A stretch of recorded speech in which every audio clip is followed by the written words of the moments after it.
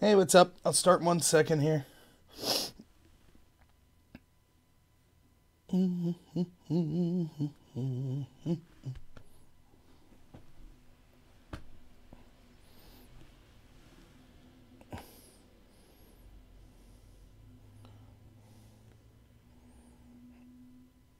is this? Clue.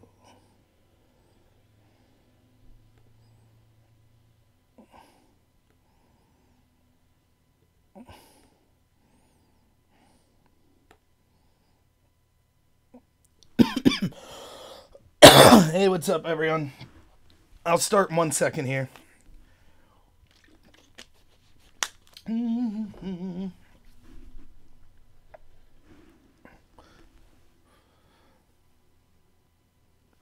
Okay, so I have a day off finally. I'm supposed to be doing some cleaning around the house, but I'm being a little laxed on that. So, yeah, I'll be able to do a live stream for quite a while today. We'll see what comes up. There's a chance that the Mueller report might come out today, so that could reflect on what would end up happening in this video, though my understanding is that report would go directly to the Attorney General, so the chances of us being able to see the Mueller report anytime soon is not very good, so at least until next week. So we'll see what happens. So I have like 5 topics that I wanted to talk about today. We'll see if we get to them all. I'm not quite sure where to start. I think I want to start with Brexit. For those of you that don't know, Brexit, it was just the EU had a referendum, or I'm sorry, the UK had a referendum. They voted that they would leave the European Union. The problem with the European Union, for those of you that might not be looking into it, on the surface, it seems just like an economic agreement or a trade agreement. And that seems like a good thing. Like, you want to trade with as many partners as possible, particularly those, if you're in Europe, that are your closest neighbors. And it's been beneficial to all. So each particular country ends up having goods that they're selling to other countries in the EU, and they end up importing things from the EU, things like that. The trade agreement works well. Normally, trade agreements do work well as long as there's free trade, and ends up spurring economic growth because it allows specialization. So maybe your company's climate's not conducive to having a lot of crops. Well, you're able to import them, but you're good in manufacturing, you could send goods out, etc. That's the idea of why trade agreements would be a good thing. The problem is, what ended up happening with the EU was it was more than just a trade agreement. So one of the things that it allowed, for example, is it's one of the first trade agreements that I know of where the free movements of people were allowed based on just being involved in this trade agreement. And so what that means is, if, for example, someone who's in the EU, say Germany, is willing to accept a bunch of people that maybe the UK wouldn't want to accept, whether these be refugees, oh, hi, Bob. Whether it be refugees from Syria, other such places. The problem is some countries have different criteria for who they want to allow in their country as far as long-term residents or even just visiting, things like that. But by being party to the EU, once someone enters Europe legally from one of these countries, they have free movement to where they're allowed to go to any country. And this led to all kinds of crazy situations happening, particularly with these economic migrants, which people are terming refugees. They are not refugees. A refugee is someone that would be fleeing a place, would get to a safe country, and would settle there until the place they fled from became safe again, and then would go back. So if this was the case, we would see when people were fleeing Syria and would get into Turkey and places like that, they would stay in Turkey. Instead, what they're doing is they're seeking a better economic deal, more social welfare and things like that. So we see them going through many countries in Europe trying to get into France, into the UK, and there's a place on the border of France and the UK, they call it the Calais Jungle, where Calais, it was this beautiful city that's now just has tons and tons of these economic migrants. Now, let me just say, while we're on that subject, I do not begrudge anyone being an economic migrant. If I was in a place and I thought that I could move to a different place to have a better life for me and my family, then I would do that. But it doesn't mean we have to be realistic. It's the same situation with the U.S. and our border. We can't just accept an individual country can't accept all of the world's poor. It doesn't work like that. Each country's leadership and politicians should be looking out for the people in their country first. Now, again, that doesn't mean that you're intentionally, bombing other countries or making them poor, things like that. I get that. But it's utopian to just think, oh, all the first world countries will open their borders and take billions of people that want to come in. No, that's not the way it works. So anyways, there were a lot of problems that came with this. And in addition to that, even maybe possibly more severe, was each of these countries end up having to listen to the laws that are passed down by the EU in Brussels. And their people don't get to vote on it. So this would be the old, we fought a revolution over this. No taxation without representation. The founding fathers understood that it was unjust to live in a country where you have no say in the ultimate laws of that country. Well, that's the way the EU works. The UK could pass a law and say X about, let's just say, fishing. So their law about fishing is, whatever. The amount you're allowed to have, the license you would need to have, etc. The EU could come along and totally override that. They could say, nope, this is the law. And the EU supersedes the UK because they're a member of the EU. Therefore, the people of the UK never got to vote on this law. Now, there's questions on how much does your vote really matter, which we'll get to here talking about Brexit. But it's also true in the United States. For example, we have the charade of voting, but unelected intelligence officials can decide to hamper a president if we duly elect them, as we'll see with the Mueller investigation when I'll get there. Well, the same might be true of Brexit. But anyways, at least the idea of the people should be allowed to vote for the policies that govern them. And the EU was antithetical to that. And it's, the EU it's globalism. That's what it is. You make fun of the conspiracy theorists all you want, but I remember Alex Jones talking about in the 90s that the ultimate idea was to have an American Union, an Asian Union, and a European Union. So you'd have these three big blocks that would be the world powers, and eventually that would all become a one world government. And the reason this is nefarious and terrible, globalism's a bad thing, is because one, who does it benefit? Well, it benefits international corporations that seek to basically, and other people, internationally wealthy people that seek to govern us without being elected. And my interpretation is that globalism, one of their main goals is to wipe out them. It wants to wipe out sovereign nations and the middle class, because that's the biggest impediment to their total control of power. As long as there's a thriving middle class and countries could decide their own laws, then they won't allow the globalists to get away with what they want and have this ultimate power. And we know this, you could see, this is why the idea of federalism in the United States was a good thing. The concept is really simple. Governance at the closer level to you will always be more efficient. And it'll always be better because it's more beholden to the actual people. It's more efficient because it can deal with the problems on the ground level better. So what I mean by that is you have more voice into your local government, your township government, than you would in the national government. And it makes sense because you know the people in your local government, and your local government knows the unique situations of your township and things like that. Does that mean all local governments are perfect? No. But the further you get away from the local, then the less efficient and the less specific it becomes to the individual people. So your state government's even less. Your national government's even less than that. Oh, is anyone else having problems with the video? Please let me know. It says that my connection's good and everything, so I don't know what the problem would be. Just let me know.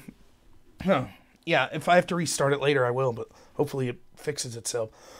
Anyways, that was why the Founding Fathers had the concept of federalism, because they understood state governance is going to be better than national governance because each state's unique, and it was more about having a collection of states that were unified as one as far as who we let in, controlling our borders, our military, our basic Bill of Rights, our currency, things like that. We would all share that as a country, but when it came to the day-to-day operating levels, that was more state and local government. That's what they preferred. That's why the 10th Amendment's so important. That says anything that's not expressly outlined in the Constitution or the amendments is the rights of the state government to decide.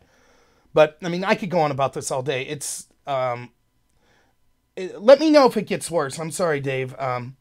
But I could go on about it all day, but suffice it to say, governance more close to your local level is going to represent those people better than governance at a more national level. That's especially true at a global level. So global governance would be terrible. And so, for example, we need to ask, what would that look like? What would a global governance scheme look like? We have I guarantee it wouldn't have a Second Amendment. It would say, no, we don't want to have people arm themselves. We think guns are bad. We see that in much of the rest of the world, particularly in Europe. There's all kind of free speech, for example. The UK doesn't have a First Amendment.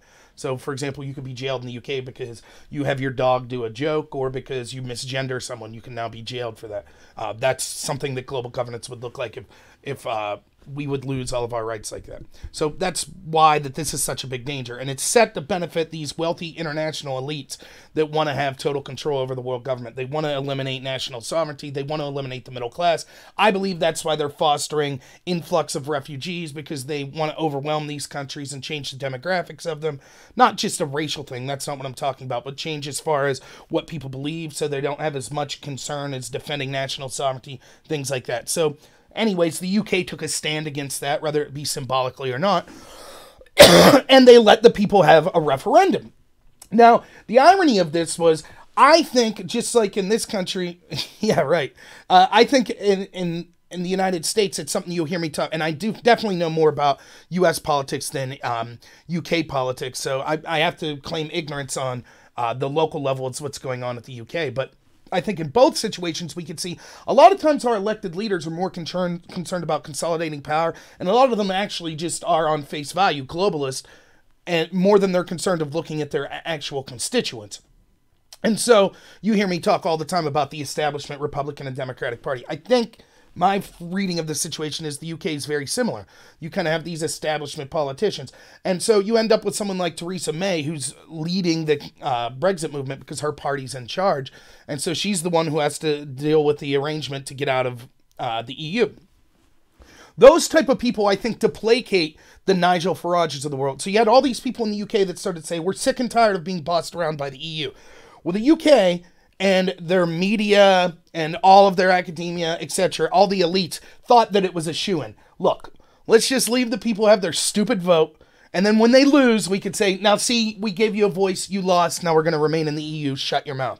Only problem was, just like in the United States with Trump, they underestimated just how upset many people were with not having a say in their governance and being a part of the EU. And so they lost. And just like in the U.S., they didn't like that. The globalists and the people in power and the establishment, they didn't like that. So they began in full... One, during the actual vote itself, the referendum, they had what was called Project Fear. And for those of you not in the UK, this was kind of the... You had two camps, basically, the people that wanted to remain in the EU and the people that wanted Brexit, or the people that wanted to leave the EU. And the leave the EU people, in my opinion, correctly labeled a lot of what the media was doing and a lot of the politicians on the Remain side, they labeled them Project Fear. And the reason was they sent their media lapdogs, which, again, the establishment controls probably the majority of it in the UK as well, constantly out there saying, oh, if we leave, it'll be the end of the world. The economy will collapse. People, healthcare will fall apart. There'll be violence. We could be invaded by foreign countries. Global warming will be terrible, etc. Just thing after thing. They were actually sending pamphlets out. And keep in mind, this was a lot of government-funded media that was saying these things, like the BBC. It was just constant. It's a very similar situation to how the media was totally against Trump leading into the election. Oh, yeah, well, fair election. Trump might not accept the results of the election, and they're just against Trump. They're sitting on the Billy Bush tape, and they released it. That's the exact type of thing that was going on with Brexit. And you had the people in power and the people of the establishment. They just wanted to give people their vote, but they wanted to control the propaganda, and so the vote would go their way. And then it didn't. And so it's again parallel to the United States. Just like when Trump won, well, then the establishment and the intel agencies decided they were going to go gung-ho to make sure that Trump, as a potential outsider, couldn't do anything to usurp their power. So they started these investigations, doing whatever they could to hamper Trump's presidency. We see the same in the UK. That as soon as Brexit happened, then it was just... oh, okay, well, the vote came. Well, we're going to drag our feet and do everything possible. And just, it's too hard. We can't get out of the deal. The EU won't give us a good deal. And so maybe we should just stay. Look how bad things are. And that's what we see occurring. And so now what happened was after the vote, then they had to invoke what was called Article 50, which was the process to invoke the article to get out of the EU. The first thing that was ironic is the EU is supposed to be that it's all about peace and love and happiness and progressiveness and right? That's the idea. It's a really great thing, and they don't want people to leave because it's for the best of all the countries involved to be in the EU. Yet they're intentionally trying to make it as tough as possible on the UK to get out. Now think about it. Before the EU, the UK had trade deals with many of the countries in Europe, obviously. So it would obviously be beneficial for both the EU and the UK to continue to have some sort of trade partnership. But instead of just allowing that, The EU is deciding, no, we're going to punish the UK. We're going to say they have to pay us all this money. They got to do this. They got to do that. They basically have to grovel before us if they want to have any relationship with us. And some of the terms, if you really look into it, would still have the EU having forms of authority over the UK, even though the UK is not there. So it would actually be worse than the status quo was. At least with the status quo, even though individuals don't get to vote necessarily on a lot of the laws in the EU, the UK could at least send representatives to try to discuss these things. If under the proposed deal from May's deal in the EU, at least the first one, the EU would still have authority over the EU. Oh, hey, Mom. Yeah, we'll see. She's sleeping right beside me right now. Anyways, that was, so it's, and you have to think of this. It's not just, everyone's looking at it like, oh, the UK, if we pull out of the EU, look at these trade partnerships we'll lose and it'll affect our economy. It's not a one-way street, though. The nature of a trade relationship is both sides benefit. So as much pain as it would be caused to the UK, there would be a similar, if not greater amount of pain because to the EU if they stop these trade partnerships. Plus, there would be other trade partnerships that the UK would be able to pick up, such as the United States, Canada, even China, other countries around the world. The only reason for the EU to be this vindictive is they're petty and it's a naked power grab. They know that the EU's on rocky ground, that this idea of globalist progressivism, we see populism popping up all through Europe.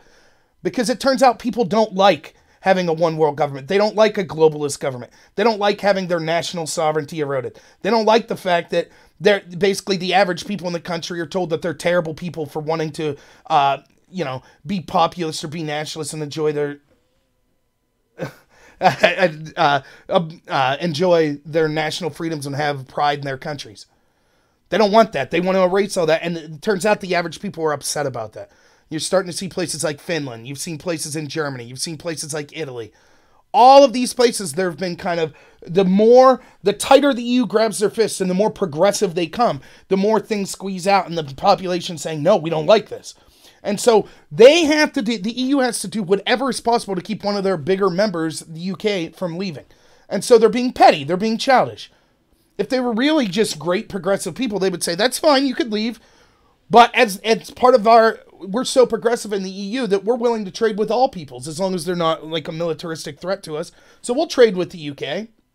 But instead they're not. They're saying, nah, if you leave, that's it. Fine. We won't deal with you. And it just goes to show it was all about power in the first place. That's what it was about. And so inevitably what's happening is you have people in the UK like Theresa May, who was someone who didn't want to leave the EU in the first place, is now the one in charge of brokering a deal to leave the EU. And as people like me and many that are more informed than me predicted, surprise, surprise, it turns out that putting people in charge that didn't want to leave the EU wasn't a good idea because they're unable to come up with a deal to leave the EU.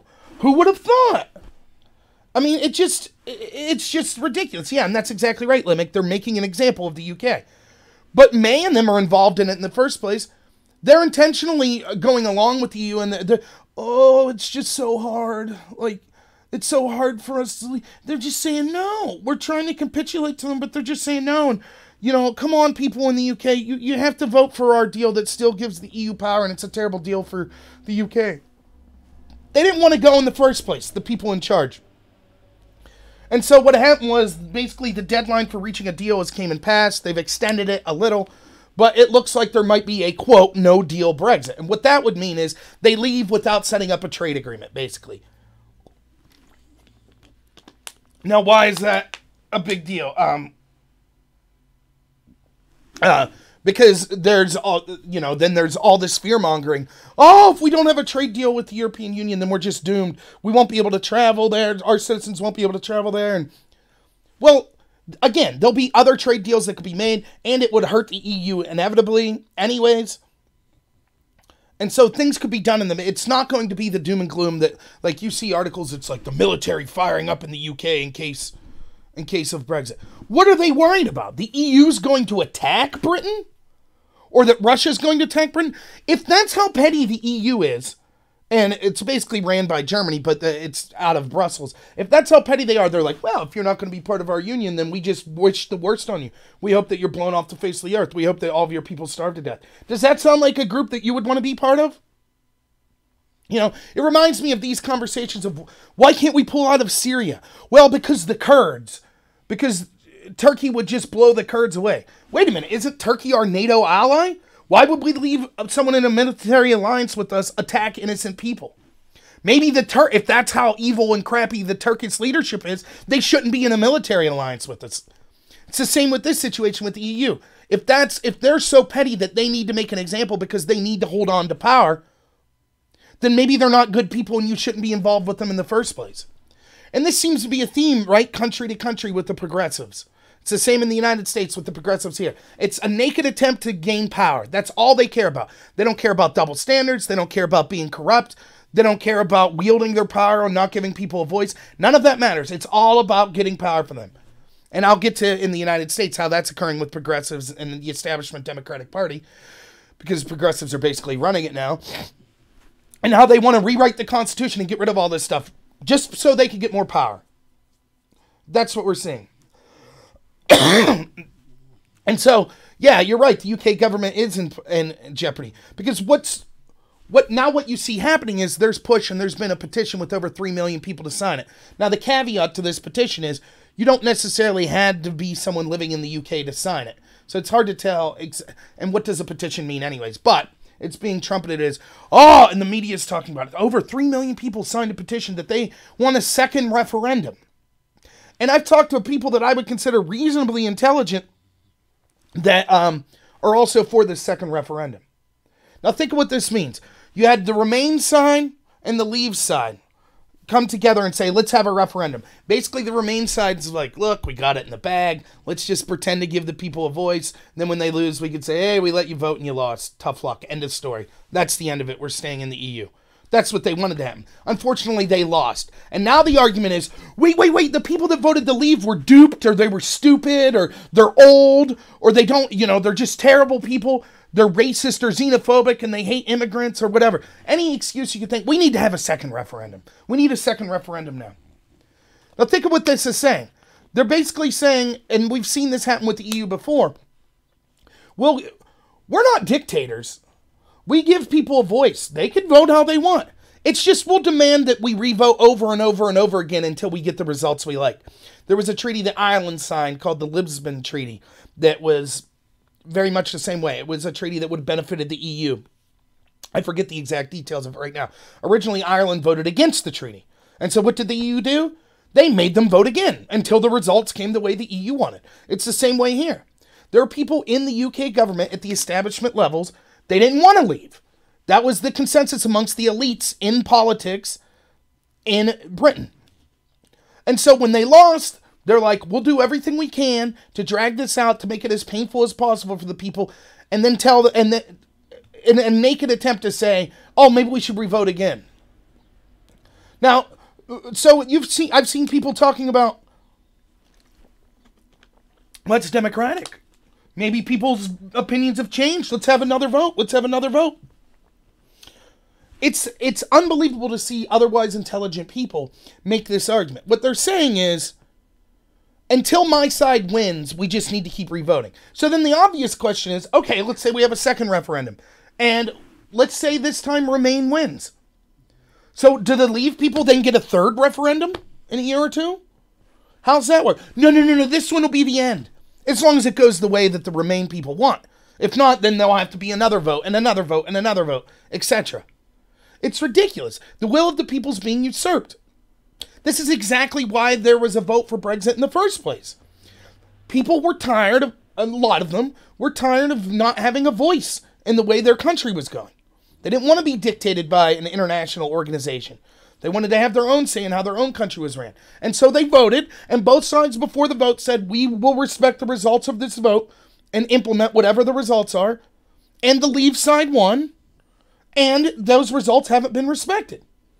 It doesn't, now people say, yeah, but it was only by 1 or 2% that they won. So what? That was the vote. Why is it that these progressives, they say, oh, just like the United States, oh my goodness, when they thought Hillary was a shoo-in, Trump's not going to accept the results of the election. He'll end up, him and Han, he'll want to change the entire system, and that's terrible. It will damage this country beyond words. It'll damage our democracy, our republic. It'll be so damaging. And then Hillary loses, and now it's, oh, we need to change the electoral college, and she won the popular vote, and we need to have investigation, and Russians must have changed vote tallies, and we need investigations, and we need to change who's allowed to vote. Let's change the voting age to 16, and let's get rid of the electoral college, and let's do this, and let's do that. Over and over again, it seems like the progressive establishment, that's their motif.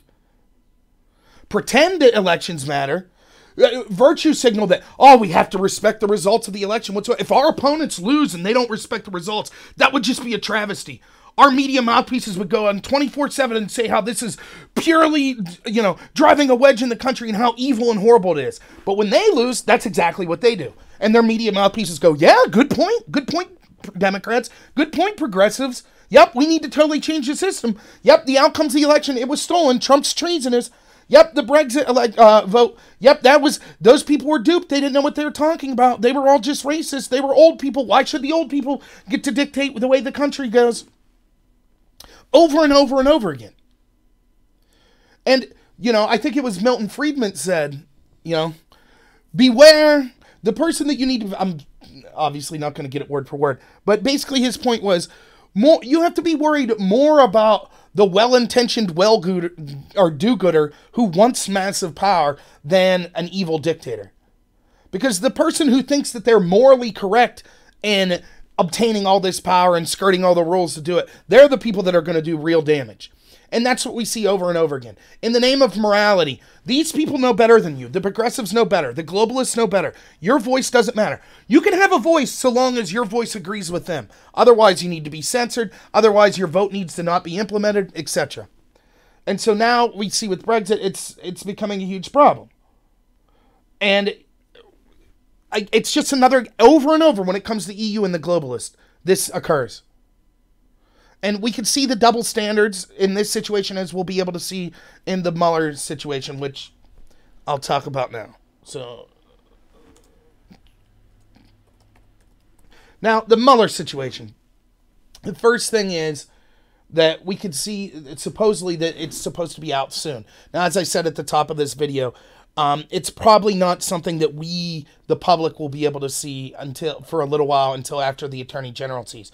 Though you had so many of the Democrats were saying, this needs to be public. Trump's AG will keep people from seeing this. Well, to Trump's credit so far, he's come out and said, nope, I want the people to see it.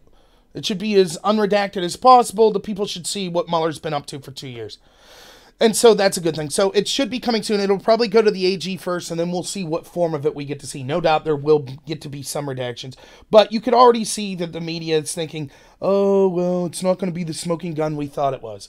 Now, I watched Tucker last night. I enjoy watching him, and I recommend just checking out his opening 10 minutes, where he goes clip by clip through people like Pelosi, Beto O'Rourke, Eric Swalwell, Adam Schiff, Maxine Waters, all saying from what they saw already, they know that Trump colluded with Russia. They know that he engaged in criminal activity with Russia to help steal the election. They knew it from the evidence they saw.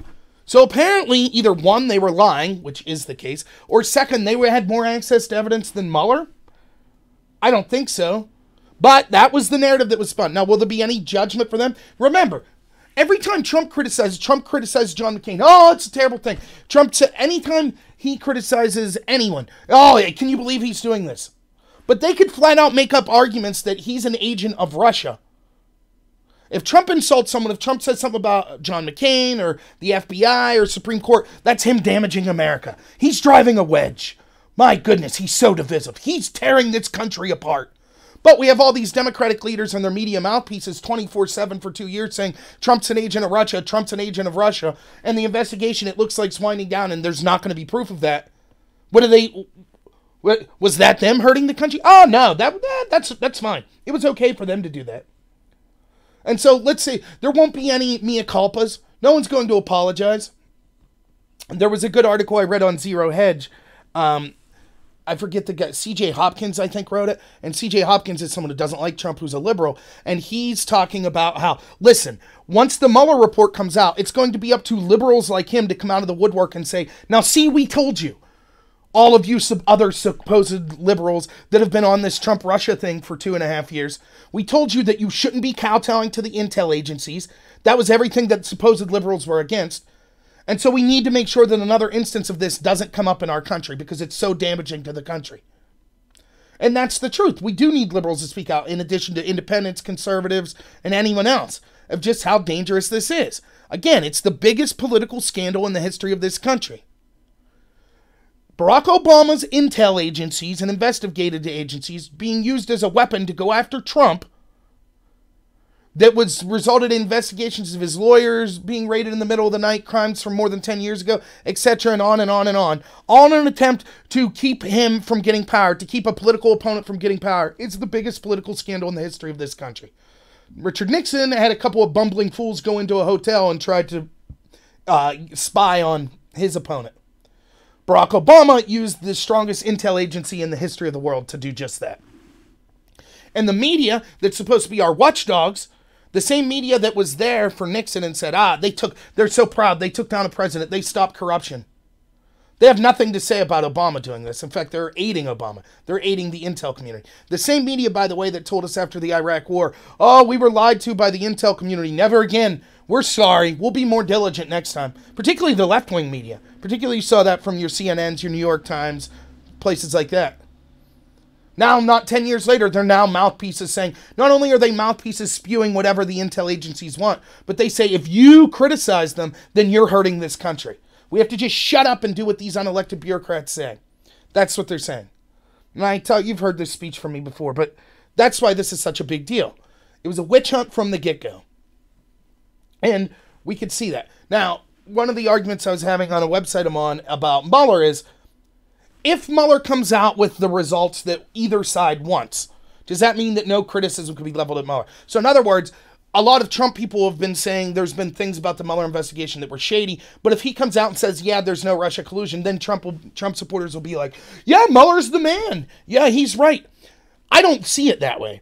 I see it as the corruption of the Mueller investigation and the double standards of it have been so one-sided to going after Trump and being as hard as possible as anyone connected to him, while simultaneously being as easy as possible on anyone else, particularly those connected to Hillary, shows that if even despite that, Mueller can't find anything, and can't have any evidence of Russia collusion, that shows that you basically had someone who was biased against Trump, or at least acted as if he was biased against Trump, and even they couldn't find. And you see this happen all the time. People will say, like, CNN will come out and say, like, actually, Trump didn't do that. And then you'll post that, and people will be like, I thought CNN always lied. I thought they were a crappy news source. Here you are posting them. No, CNN is so anti-Trump that if they're saying something that Trump didn't do something, that's even despite the fact they're so anti-Trump, they're saying this. That doesn't mean all of a sudden CNN's a good news outlet. That's not what I'm saying. And the other truth is that just because CNN or whatever, you insert your outlet, interprets things wrong and gives their opinions on them wrong, that doesn't mean that they're always lying. But as far as the Mueller investigation, let's look at the ways that we could see that it was garbage. Number one, they went after people connected to Trump for the very crimes that they let people connected to Hillary go for. So let's just take one example. Let's say Paul Manafort. In the Mueller's original indictment of Manafort, it says that he worked with Group A and Group B in efforts to lobby for pro-Russian Ukrainian government people. It was the Ukraine president who happened to be a pro-Russian president. During the back in 2011 and around about that time, basically when Hillary is Secretary of State. And basically what was alleged was Manafort and these two groups were going to did not register as foreign lobbyists, but were talking to politicians in the United States and trying to get favorable policy positions for this Ukrainian president without properly registering. Okay, that's against the law. I have no problem with Manafort being charged with that. The question is, why wasn't Group A and Group B charged? They did the exact same things as Manafort regarding this illegality with the exact same foreign influencers. So one of the things you always hear is you have, anytime you point out the double standards of the intel and investigative agencies, people say, that's an apples to oranges comparison. What Cohen, when Mills and Abedin lied to the FBI, it was okay because that's different than when, Cohen lied to Congress, or when Flynn lied to the FBI. There's slight nuances, so it's different. So it's okay that they don't charge Mills and Abedin with lying to the FBI. And here, it's not apples to oranges. That comparison's garbage when they say that. Or when they say apples to oranges, that's garbage. But here we can see it's the exact same people working together with the exact same foreign influencers, all breaking the exact same law. So why then wouldn't Group A and Group B be charged with the exact same crime that Paul Manafort was charged with in this instance? Now, does that mean that they committed the same tax offenses that Manafort committed, etc.? No, no one's saying that. But if Manafort was charged for breaking this law, he's been charged with breaking a lot of laws. This one in particular, failing to register as a foreign lobbyist. He's charged with that. Why shouldn't his co-conspirators be charged? And the argument here is, well, they could have charged Manafort with a lot more, but they decided not to. Garbage. If they're charging him with FARA violations, then they should charge his co-conspirators. Now, who was Group A and Group B? I'm going to screw this up. I forget which one was which. I think Group A was Mercury LLC. Mercury LLC is basically a firm that works usually with Republicans. It's a lobbyist firm. And they work with Republicans. Group B was the Podesta Group, which is basically a mirror of Mercury LLC, except they work with Democrats. In fact, it was Hillary's campaign manager's organization. His brother still runs it. It was founded by John Podesta, but his brother was still running it. So basically, Trump's campaign manager lobbying for foreign interests with Hillary's campaign manager lobbying the same foreign interests. So what was the punishment Mueller's team decided to give out? Well, with Manafort, they decided to charge him with that. He's looking at 7-8 years in jail for that and other crimes. With Mueller, or with the Podesta Group and Mercury LLC, nothing. They were allowed to retroactively file paperwork. Now, what kind of sense does that make? If you're really, see, Mueller, and what we're told is the reason that people are okay with Mueller going back and looking at decades-old crimes and having lawyers raided in the middle of the night, etc., etc., etc., the reason is people say, well, listen, his mandate was to look into kind of Russian interference and collusion, but it said anything that came up during the course of that investigation, he was also allowed to look into. So if he's investigating Russia collusion and he decides he wants to arrest people for crimes they committed 10 years ago that had nothing to do with the 2016 campaign, that's okay. That's what these people say. Okay, well, it came up during the course of his investigation into Russia collusion that Paul Manafort failed to register as a foreign lobbyist in 2011, and he worked with Mercury LLC and the Podesta Group in doing so. So he was within his mandate to go ahead and charge Manafort for that, as he would have been within his mandate to charge Mercury and the Podesta Group with that. But he didn't. I wonder why that is. Because, as the judge in the Manafort trial said from the get-go, this isn't about charging Paul Manafort for these crimes. It's about trying to get Trump. They're doing everything they can to get everyone they can, charge them with any crime they can, and saying, give us what you got on Trump. Because the Mueller investigation is bringing down Trump. If it wasn't, and it was concerned with stopping foreign influence, then why wouldn't it be charging these other agents that co-conspired with Manafort to act as foreign agents, to act as lobbyists for foreign agents? So that's number one, how you know that the Mueller investigation is garbage. And it's not just that. We have it with lying to the FBI.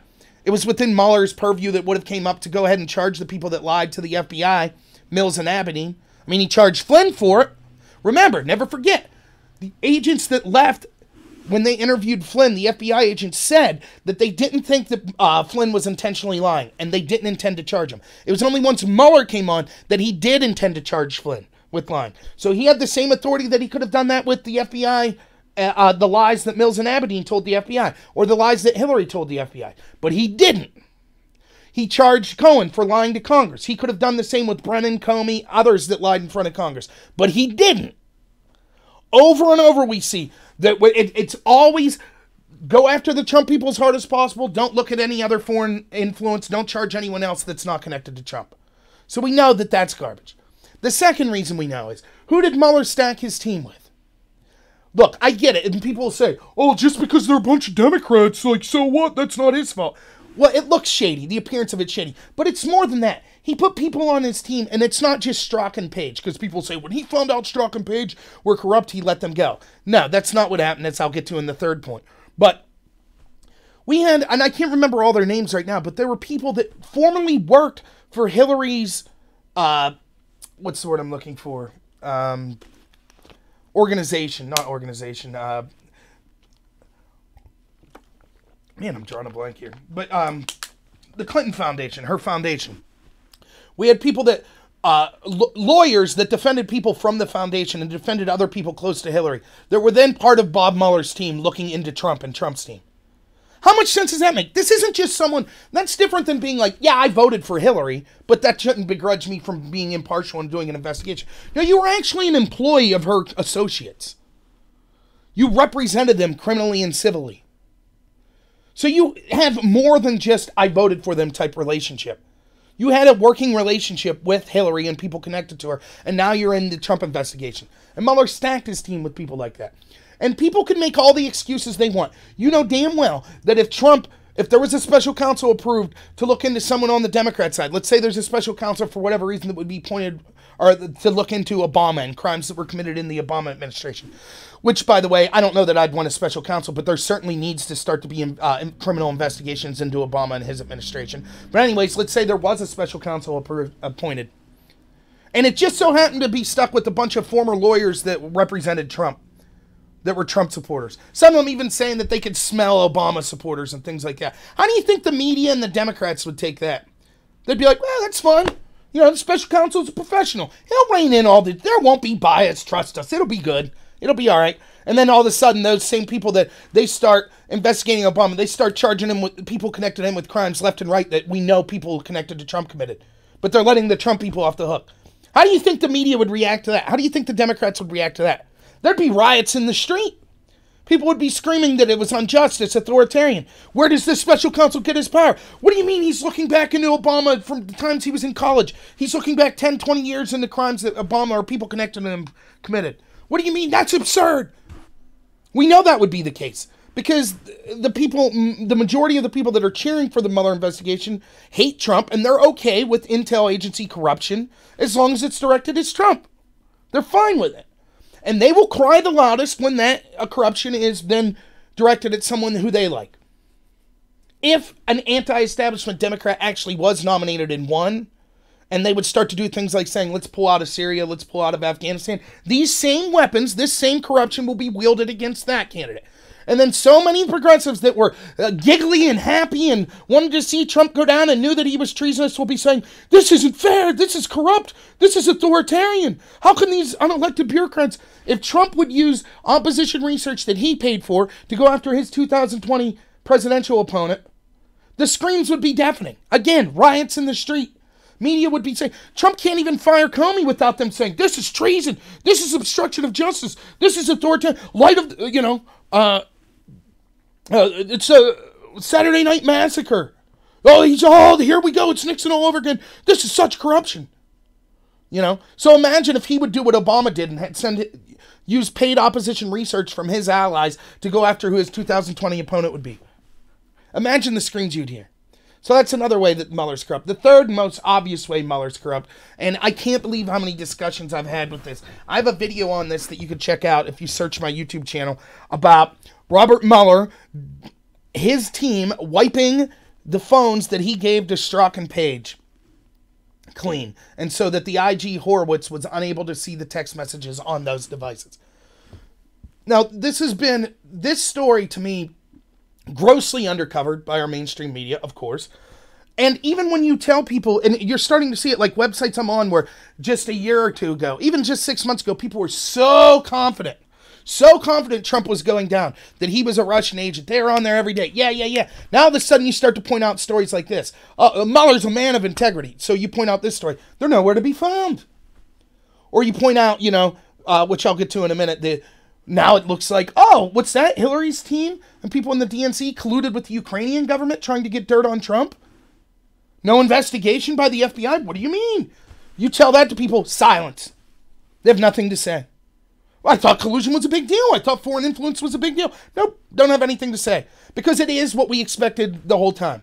The majority of people, I won't even say the majority, many of the most vocal people, and definitely those in positions of power, didn't care about foreign influence or application of the law at all. They cared about taking down Trump in any means necessary. And so they want selective application of the law, and they don't care if you could point to every single thing that they say Trump's a criminal for and say, well, wait a minute, the other side did it just as much, if not worse. They don't care about that. They don't want an investigation in the other side. They want to take Trump down no matter what, period.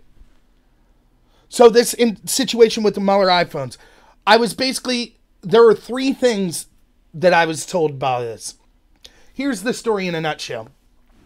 The IG says, you had Strzok and Page, and for those of you who don't know, just a quick rundown, they were the two lovers at the FBI and that were straight texting that we needed an insurance policy, that they could smell Trump supporters at Walmart, things like that. Hated Trump. Ended up being demoted or whatever, fired, demoted. But they both ended up on the Mueller. Before they were demoted, they ended up on the Mueller team.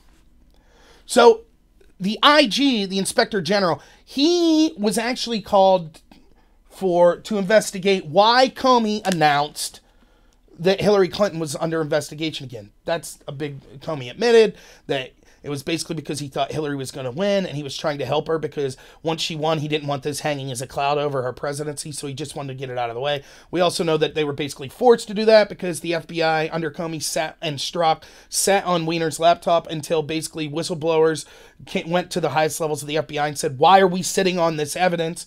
Why won't the FBI the people above us do anything to look into it? So Comey had no choice but to come public, say, yeah, we're looking into it, and then supposedly went through hundreds of thousands of emails in like 2 days and said, yep, there was nothing there. Okay, moving on, right?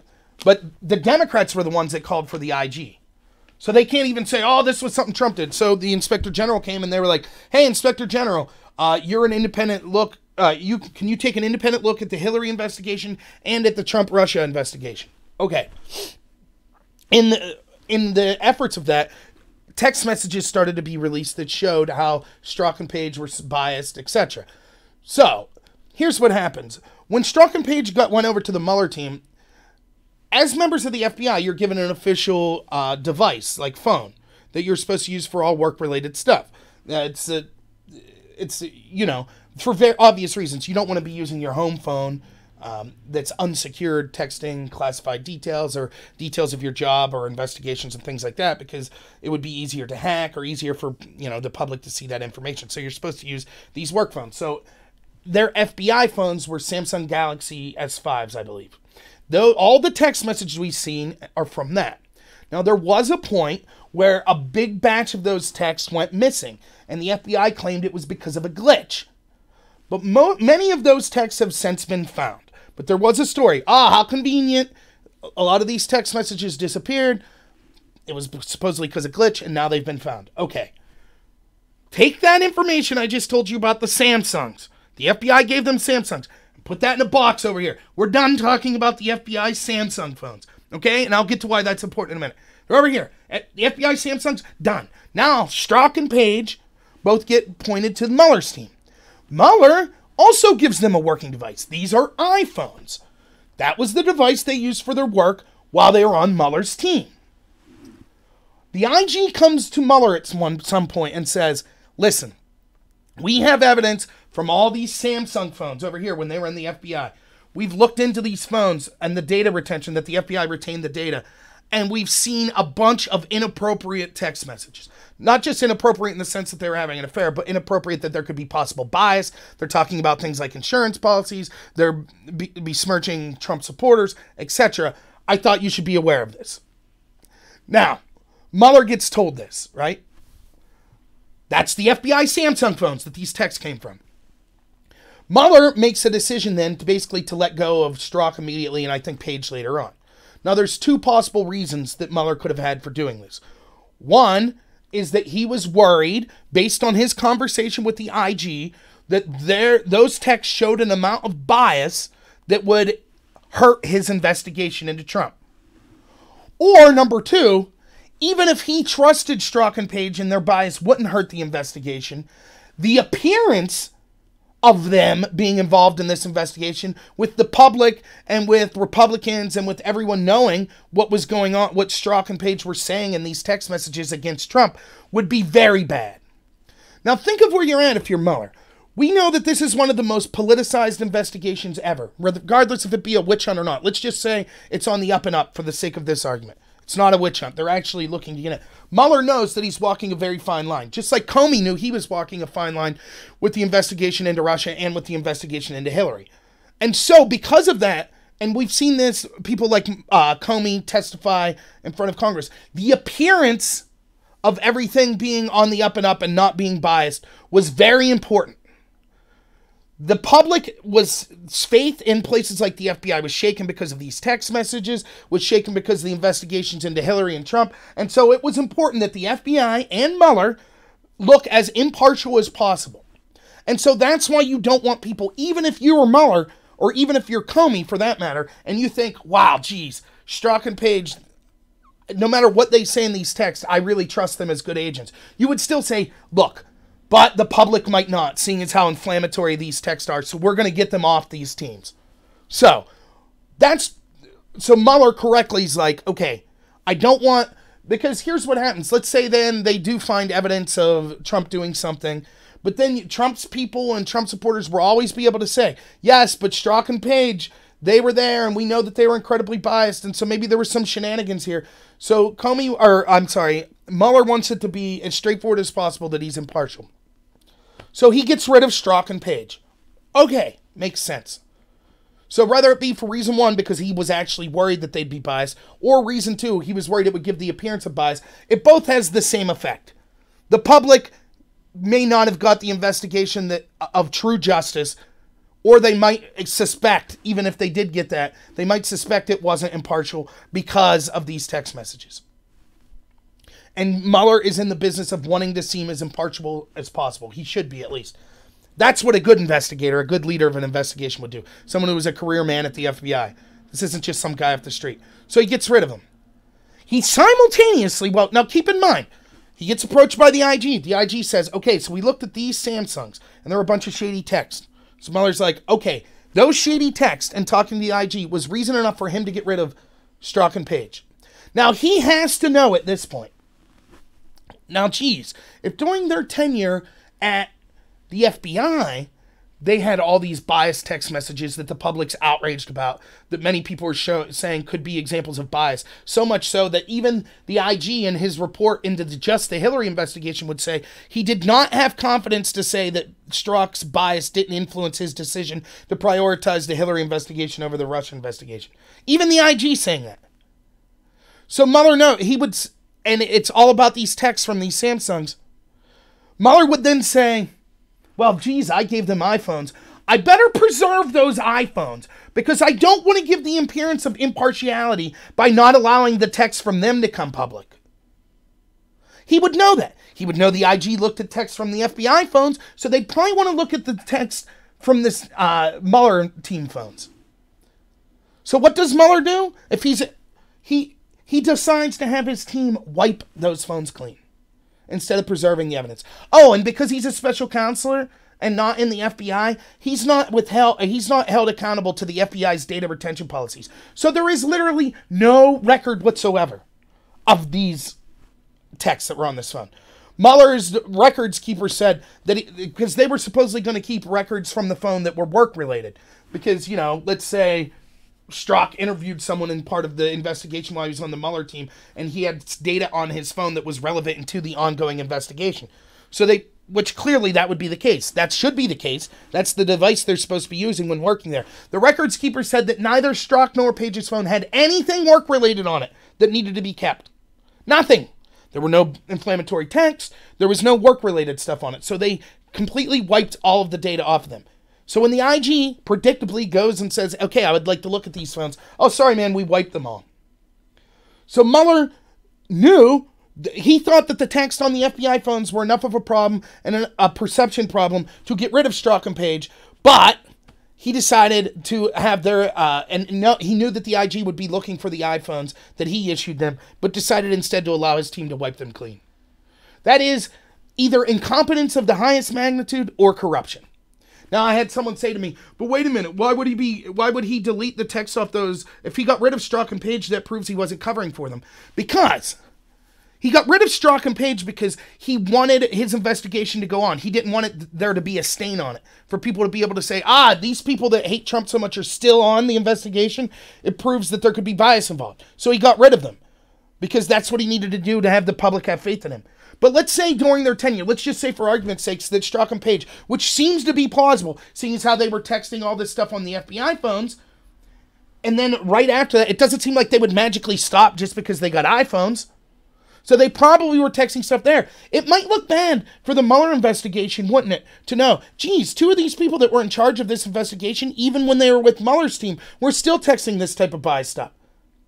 So the best possible way for Mueller to take away any stink of that would be get rid of Strzok and Page and delete anything they had any account touched whatsoever. So you could say, okay, they're not connected to this investigation in any way. Now let's get back to the investigation. That is covering up evidence of bias that could have been done by Strzok and Page. Mueller's a career investigator, someone who was the head of the FBI. He knows what he was doing. He knows that evidence should have been preserved. Even if the law doesn't say that he had to, he knew that the IG was looking into these text messages, and he intentionally allowed his team to get rid of those texts and to wipe those phones. That is corruption. Or that is incompetence of such... It's even worse if it's incompetence. Because if it's incompetence, then it's incompetence of such a high magnitude that I don't think we can trust anything that Mueller's investigation comes to. And we'd have to throw out everything that he did, all the charges that came from his investigation, because he is so incompetent that an investigator comes to him and says, hey, I'm looking at these FBI phones. Two of your head people on your investigation had this incredible bias. And he goes, okay, I'll get rid of them, but I'll delete their evidence because there's no way the IG would want to see these phones. That's incompetence of such a high magnitude, and it isn't incompetence. We know, based on all the other things I've told you, maybe you could forgive something when one or two things happen, but when we see a developing pattern of Mueller and the FBI constantly going easy on Hillary people, constantly going as hard as possible on Trump-related people, we could see that there's a pattern, and this is corruption. That's what it was. He didn't want the public seeing the text that Strzok and Page were giving back and forth to each other while they were part of his team. He had no reason to delete them whatsoever. So here's, when you bring this up to people, I said, there's three arguments they'll give you. The first argument, which is asinine, is, oh, trust us, Verizon or, NSA, or someone had, who cares if he deleted them? Someone's got that data. Well, not according to Mueller's team, not according to the IG. They're both claiming no, that Verizon and them would only keep stuff for up to 2 weeks. That time period was gone by the time that the IG was looking for these phones. And no, none of the other agencies had them. And no, there were no backups. So why would the IG be lying about that? Why would Mueller be lying about that? Why would he, if it's there and the IG wants to see them, which clearly he did, okay, no problem. We had records. The NSA has them. Just check out the NSA. But they didn't. Instead, the IG says, I looked for the data and it's not there. Data that the IG wanted to see. So, and if that's the truth, and people are just like, no, trust us, even though that's what the official .gov IG report says, that they looked and that evidence has not been retained anywhere, that's a lie. Or the IG just doesn't know better. Or Mueller doesn't know better. Trust us. Me, random internet guy, I know better than the IG. I know better than Mueller. That data is still out there, so no problem that Mueller's team wiped it. No problem at all. Well, if that's the case, then why bother subpoenaing any evidence whatsoever? Why bother raiding Trump's lawyers in the middle of the night? Everything digital, everyone has anyways. No need to subpoena. They're already holding on to the records. It's garbage. And they know it is. It's making excuses for corruption. Imagine the same thing happens. Mueller investigation says, Mr. Trump, we found out through other people that you had email exchanges with Paul Manafort that we were previously unaware of. We're subpoenaing that evidence. You have a week to turn it over. And Trump just says, nah, I deleted it. You have it anyways. Oh, okay, says Mueller. No problem, you're right. Now, that would be obstruction of justice. Of course, Hillary's team could get away with that. They could delete subpoenaed evidence. No problem. The FBI doesn't have a problem with that. But if Trump's team did it, the very people right now saying, who cares that Mueller deleted it? They'll find that somewhere, would be screaming, impeachment! Send him to jail! Can you believe that Trump did that? This is an authoritarian dictator. And they'd be right. Deleting subpoenaed evidence like that would be disgusting. It's a crime. Trump should be held accountable if he did that. But they have no problem when Hillary did it. They have no problem with Mueller deleting evidence. So that's garbage, and you can tell by what their reaction to Trump would be that they know that that's garbage. The second argument's even more asinine. Reasonably intelligent people that I'm discussing with, that I had to, I'm not joking, 30, 40 times type on different websites, make videos that broke it down so many times just saying, Rob, here's an article from 2017 from the IG's own words saying, we found the text messages. So clearly you're wrong. Clearly you're lying. I was called a Russian bot for putting... Clearly, did you see this IG article from 2017? He says he found the text. Those were from the FBI Samsung phones. Yes, there was a glitch. Some of the texts were lost. Then they recovered the text. The IG said we recovered. He gave a report where he's like, some of them were lost. We recovered them. We got them back. Then fast forward to 2018, late 2018, where the IG is repeating that. He said, so here's all of our situation with the text we found at Strzok and Page. There were the FBI phones. There was a glitch. We lost some of them. We recovered most of them. Next paragraph. Mueller gave them iPhones. We attempted to get the evidence from the iPhones, but Mueller's team had wiped them clean. Strzok's phone was given to someone else after it was wiped clean. However, Page's phone was still at the FBI. They said that they didn't retain any of the data on them. I said that I posted it from the IG's own word. I said it in clear language. There were two sets of phones. One of the phones they got text from. The other set they got nothing from.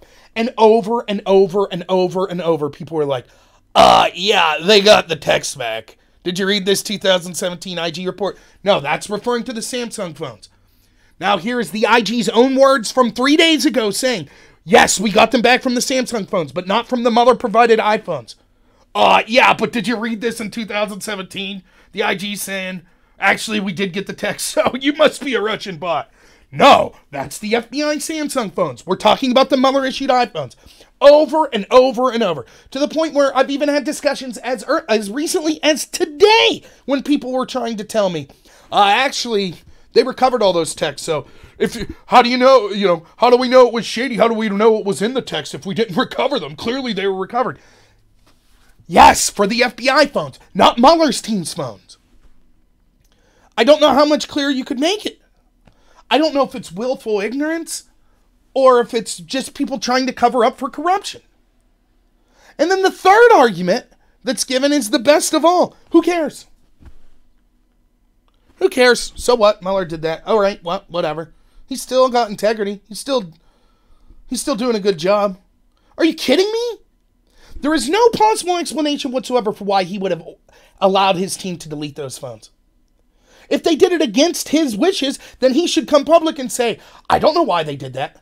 A career investigator gets approached by another investigator that says, I'm looking at texts from these FBI phones. It's really shady. So shady that Mueller says, yeah, you're right. I got to get these people off the team. Mueller knows he gave them phones. Mueller knows the IG is going to be looking at texts on those phones as well. And he says, let's have my team wipe them instead. It is either gross incompetence or corruption. And as I've outlined, I think the case for corruption is much better. So for all those reasons, regardless of what the Mueller investigation comes out, and it looks like it's going to come out saying there's not collusion, there are people predicting, oh, then all of a sudden Trump supporters will be like, well, that's it. Mueller's a great guy. No, he's not. He was terrible. It was a witch hunt from the get-go for all the reasons that I outlined. And even after all that, they're still unable to pin something on Trump regarding Russia collusion.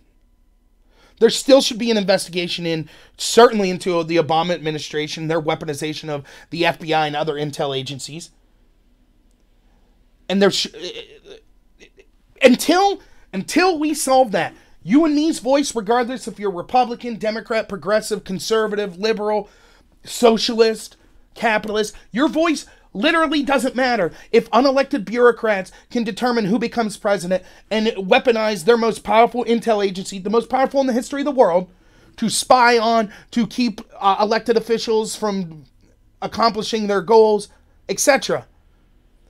These unelected officials are the kingmakers. Only people approved by them will be able to enact policy or be elected and actually do change, which means that no matter what your voice is, it doesn't matter. It's the same people. It's these unelected bureaucrats that are going to control all the policy that's made, at least on the most important issues. And so regardless if you hate Trump or not, this should concern you. Until we fix this, no other issue matters. And so there needs to be investigations into it. But there also should be investigations into what was going on with this Mueller investigation. So I don't care in this sense. I'm not going to celebrate the guy as a hero just because he comes to the conclusion he couldn't prove collusion with Russia. Now, what will the report actually say? The report, I don't know the specific details of what it'll say. But my guess is it'll say, we weren't able to prove Russia collusion, but there's a bunch of periphery crap that looks really shady for Trump and his team. And so then the Democrats, not all Democrats, but the ones that have been the loudest about Russia, Russia, Russia, they'll say, aha, see, there is something there. We need more investigations. We need 81 subpoenas to people everyone connected to Trump, and it's like, we just need to dig further. There has to be some kind of corruption there. We'll dig and dig and dig and dig until finally Trump's no longer president, and then we can let it go. But until then, that's what we're all about. It's real cut and dry. It either says collusion or not. I don't care what Mueller's personal feelings are as, well, maybe there was evidence that something shady could have been going on.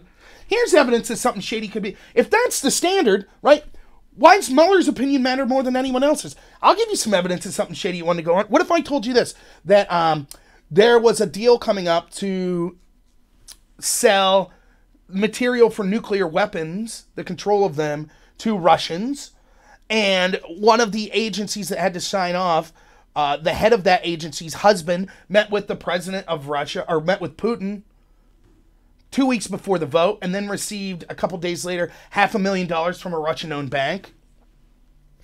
That we had whistleblowers saying that all these people from Russia were criminals that were trying to bribe people and things like that in the United States. And then that agency that the husband went and talked to ends up voting to allow the sale of that nuclear material. Boy, that looks really shady, doesn't it?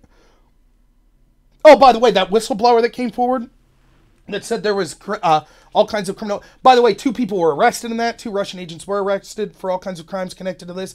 And then that whistleblower was basically threatened by the FBI that was led by Bob Mueller. You know. Oh, that was the Uranium One deal. That looks really shady too, doesn't it? But when we say that, you know what they say?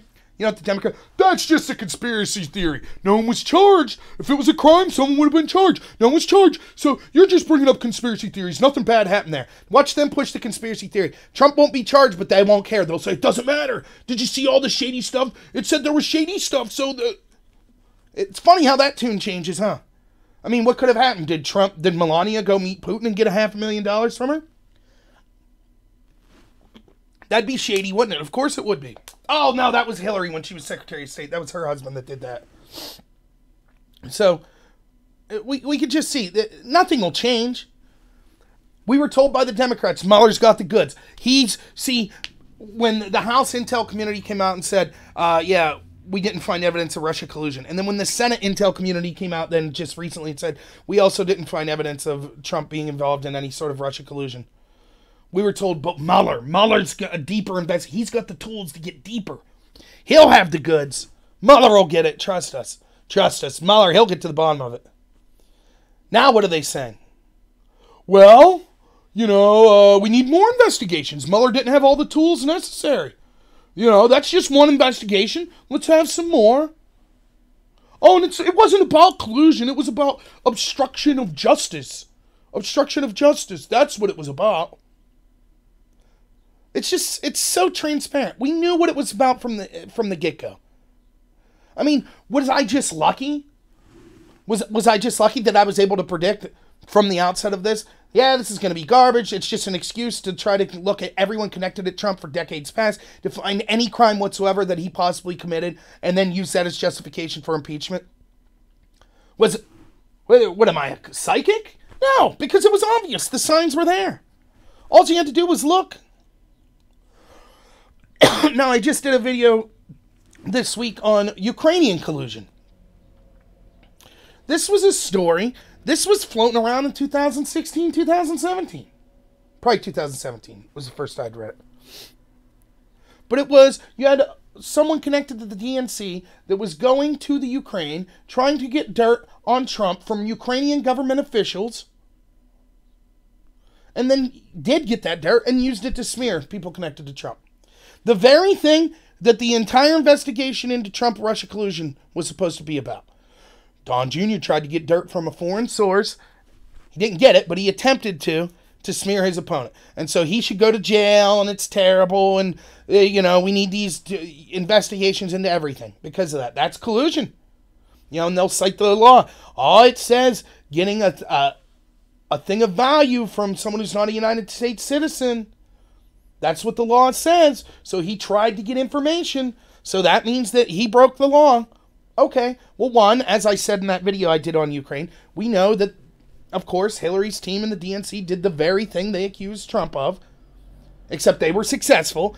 They got dirt from a foreign agent, a former MI6 agent, who got his dirt from Kremlin officials to smear Trump, which they got the actual dirt, unlike the Trump campaign. Yet for some reason, no investigation needed. That collusion's okay. Well, now an even more cut and dry is literally the exact same situation, except take out the word Russia and put in the word Ukraine. That's what Hillary and the DNC's team did. Went to the Ukraine. Now we see one person in the Ukraine's already been, I believe, convicted.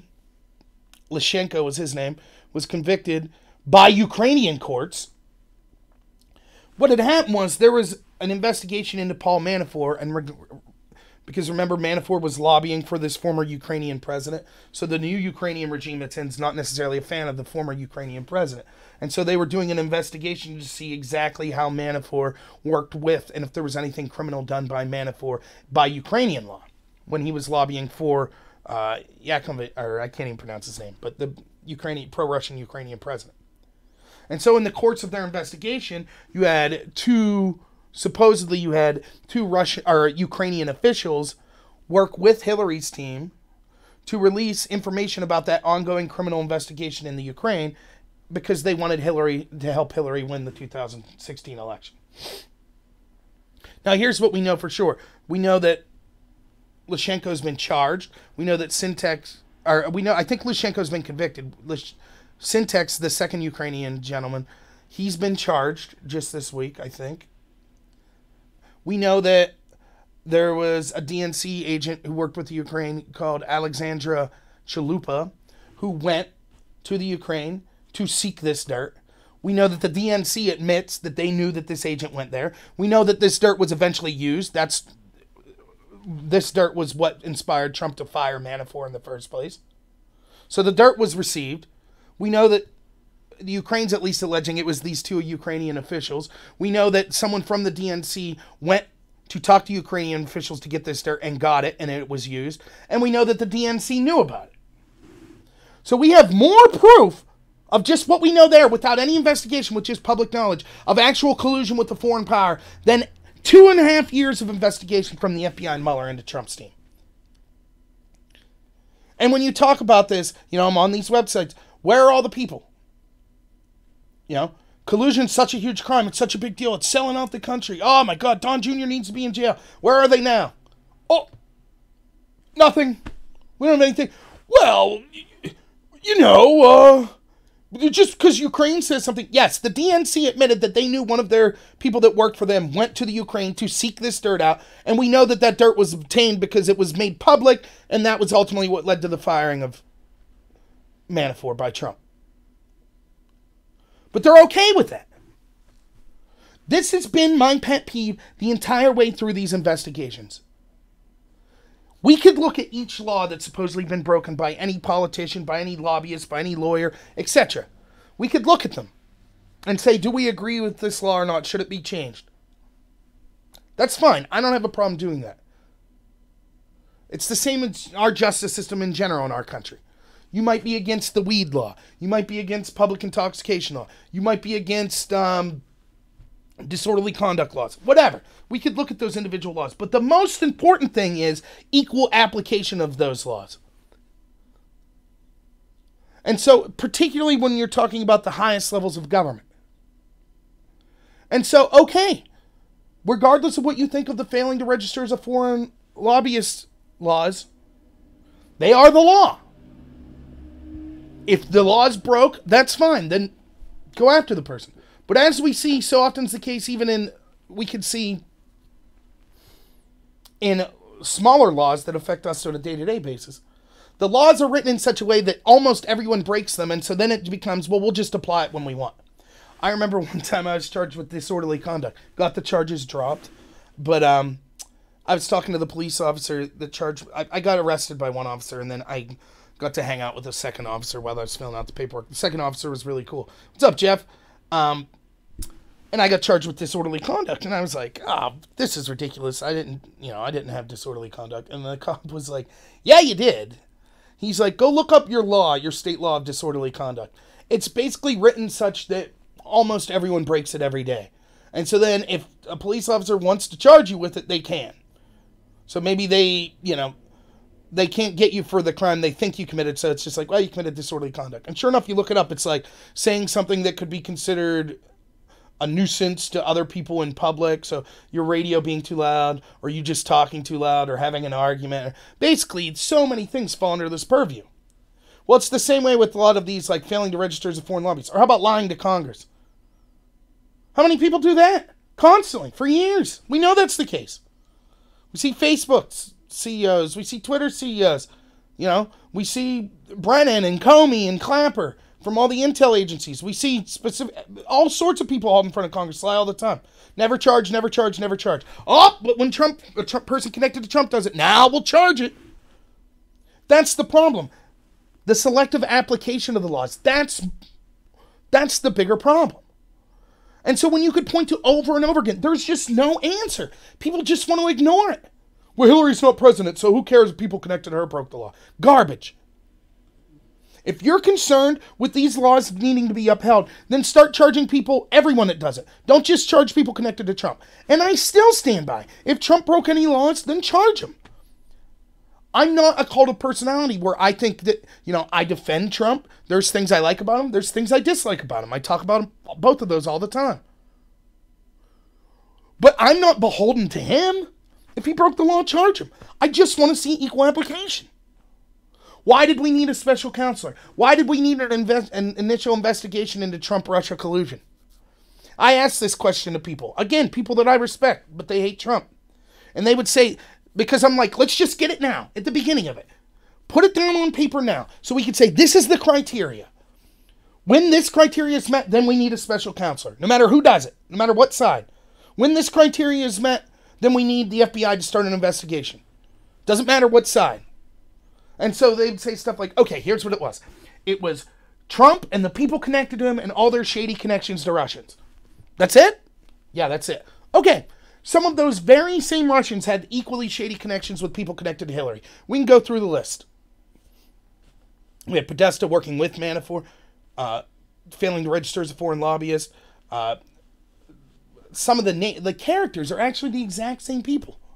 Veselnitskaya, the Russian lawyer that John Jr. met, turned out to be Higher Fusion GPS, the very company that Hillary's team paid for to get the dossier. Just over and over. They're connected to the same Russians. So why no investigation into Hillary? Well, it's different. It's different. And that's the truth. People just they won't come out and say the truth. The truth is, I don't like Trump. Take him down.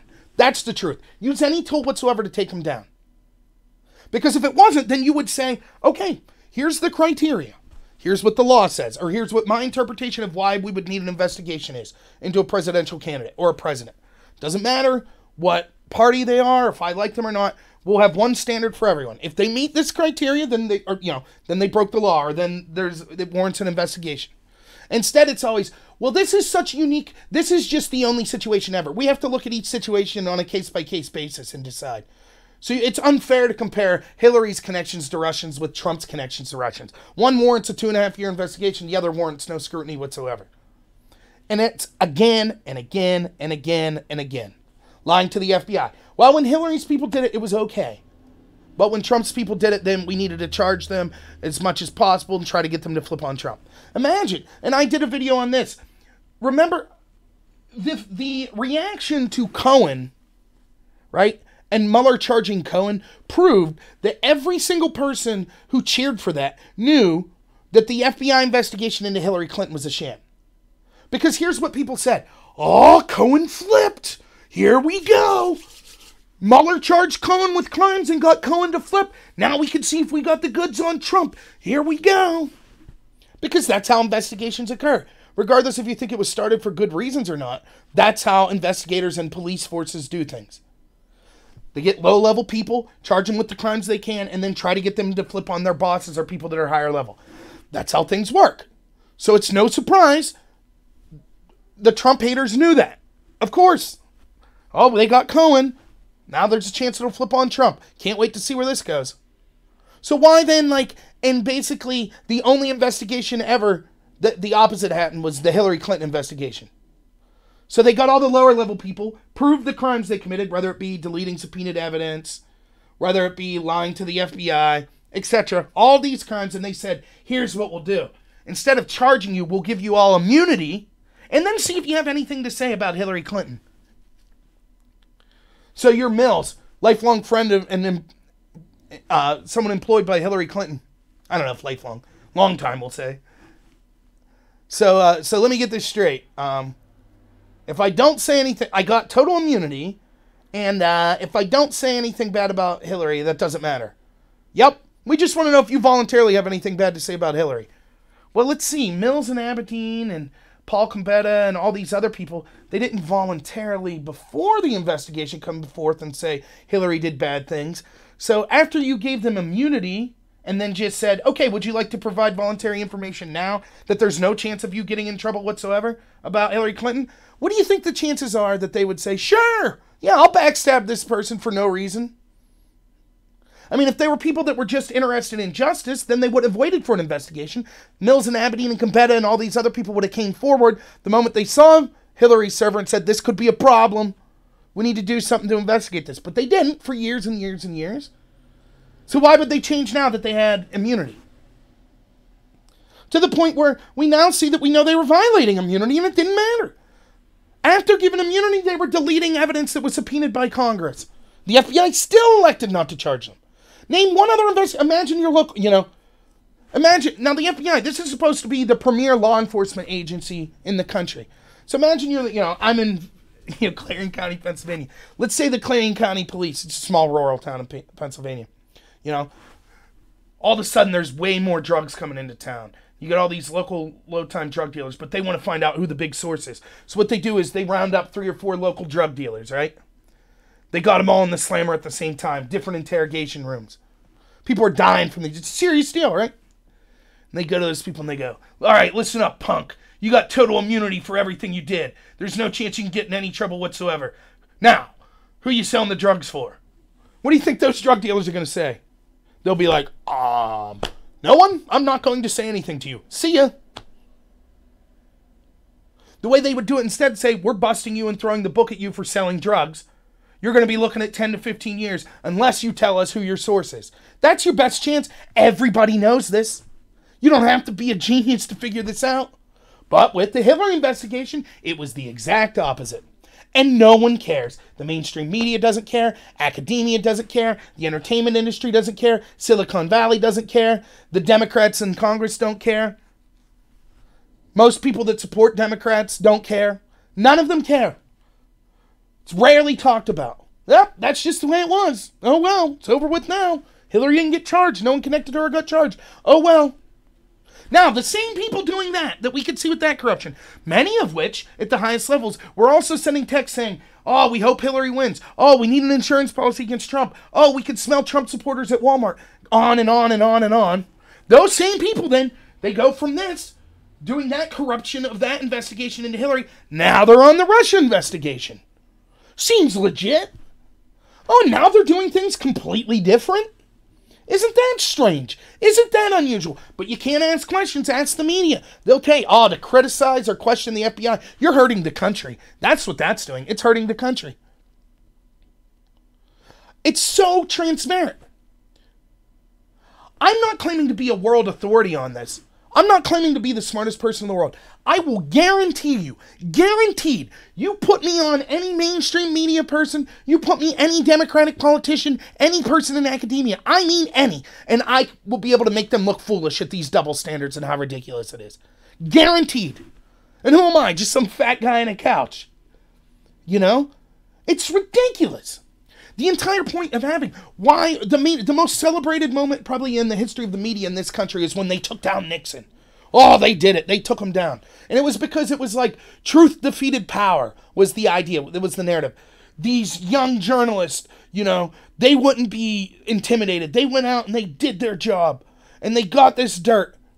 And they stood up to a president. And due to their efforts in exposing the truth, they were able to bring him down. Now we have the exact opposite. The media is trying to silence anyone who seeks to do that work.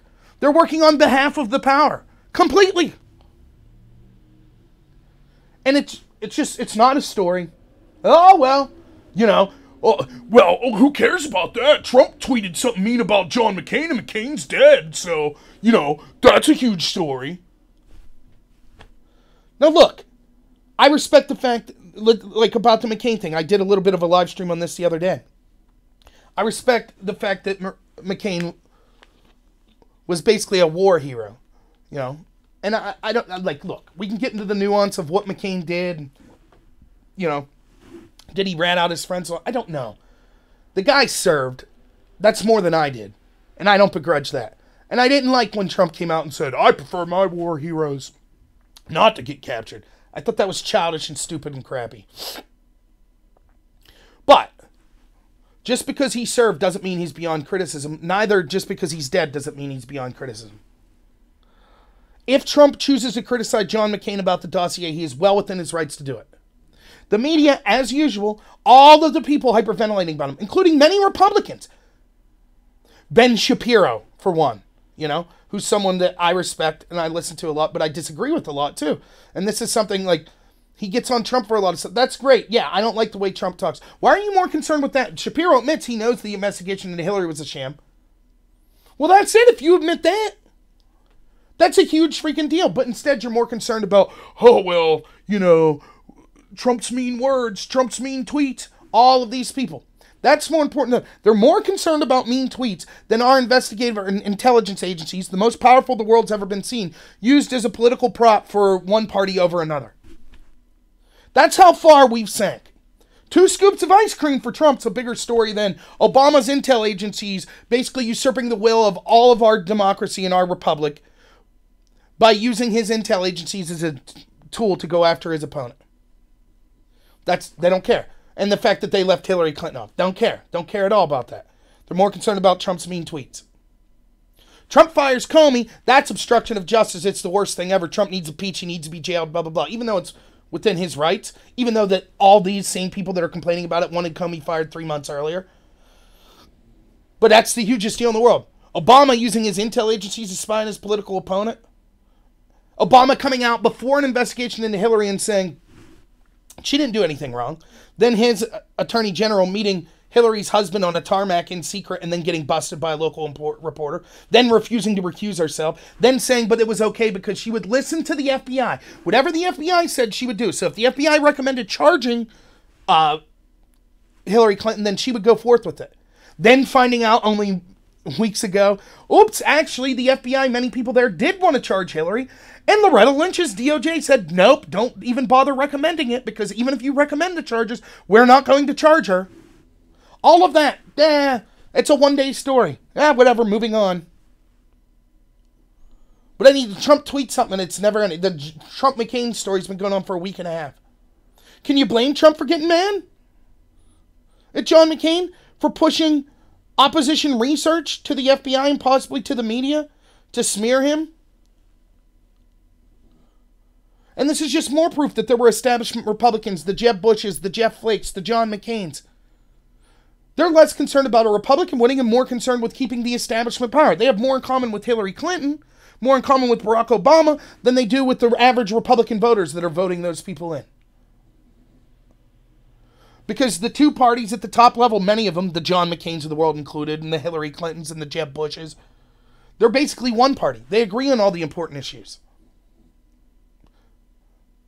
You know, and I harp on this a lot. I remember when the Iraq War was going on, all my friends were like Democrats, even if they didn't call themselves Democrats. That's who they'd have been most likely to vote for. And they were furious at the intel agencies and furious at Bush for the Iraq War. And I was right there with them. They're basically anti-war like peaceniks. Now, I'm not a total peacenik, and I'm definitely not a hippie. But I am so tired of these regime change wars.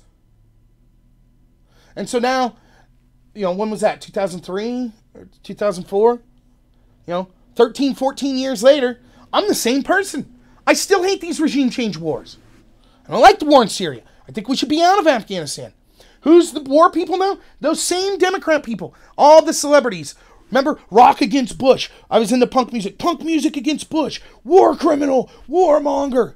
They're cheering when Obama's overthrowing Libya. They're cheering when Gaddafi got sodomized with the bayonet and was paraded through town and tortured.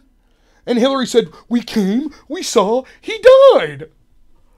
And laughs about it. They loved that. They loved the attacks on Syria. They loved the attacks on Yemen. No problem. Where they at? You remember Punk against Obama? Punk against Hillary? Where was all that? Where's Bruce Springsteen? Where's all the peaceniks? Where's all the celebrities? But I'm the one who's changed. No. You were sold a bill of goods. You elected someone who got the Nobel Peace Prize that dropped more bombs than any president in history. And it's just because it was a guy. What was it? Because he was black? Because he was articulate? Because he seemed like a cool guy? Because he was a Democrat? Whatever. Whatever the reason was. That's all we needed. The best thing the neocons could have ever done was have Barack Obama elected. And people like Hillary Clinton. Wait a minute. So you mean we've been being protested under George W. Bush for basically 5 years for his policies? Yeah, it's not looking good for us. People are really mad. I know. Let's just have a Democrat push all these same policies and he'll be a hero.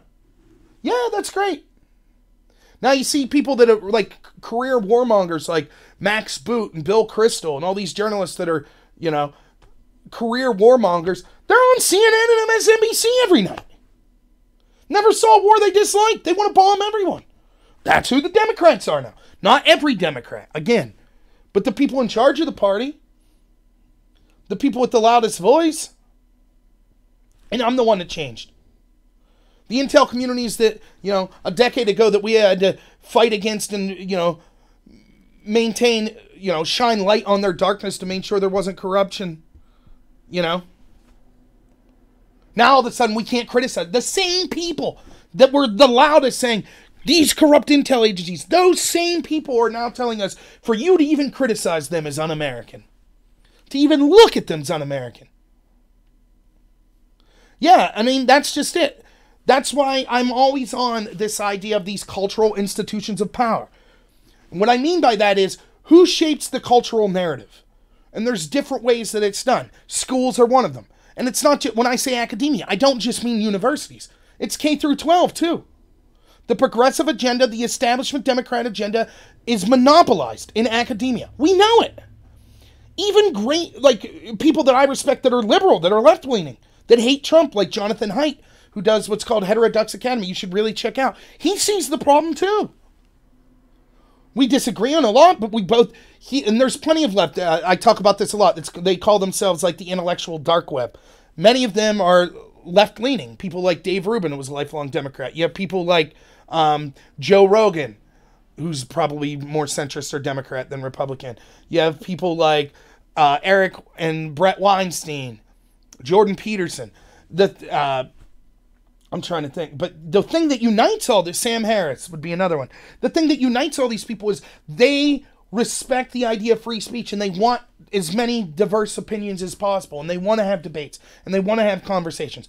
Quillette, check out the organization Quillette. It's an organization of professors that have got together that are fighting against censorship and things like that. Heterodox Academy, ran by Jonathan Haidt. It's the same thing, where it points out just how left-wing and how Democratic the academia is becoming. Many schools, it's over 90% of the administrators and professors are heavily or are lean left-wing or are heavily left-wing. Many outright communists or socialists. And we see that after decades of that. That's just one area, academia. So what else shapes our cultural voice? Right? Certainly schooling, that's a big part of your life. How about what you watch on TV, your entertainment? It's a big part of your life. They might not be there every day with you, but kids imitate, We always hear, just, for example, athletics. Take athletics. You always hear, when the steroid, the Mark McGuire, Sammy Sosa, one of the things that people always said was, it's so bad because people looked up to, the kids looked up to McGuire and Sosa. And now to find out that they took performance enhancers and they cheated, it's so terrible. They're supposed to be role models for the kids. Regardless if you agree with that or not, the fact is they are role models for a lot of kids. Same with your musicians. The same with your celebrities. All of them, 90% left-wing. Right? Just turn on the Oscars.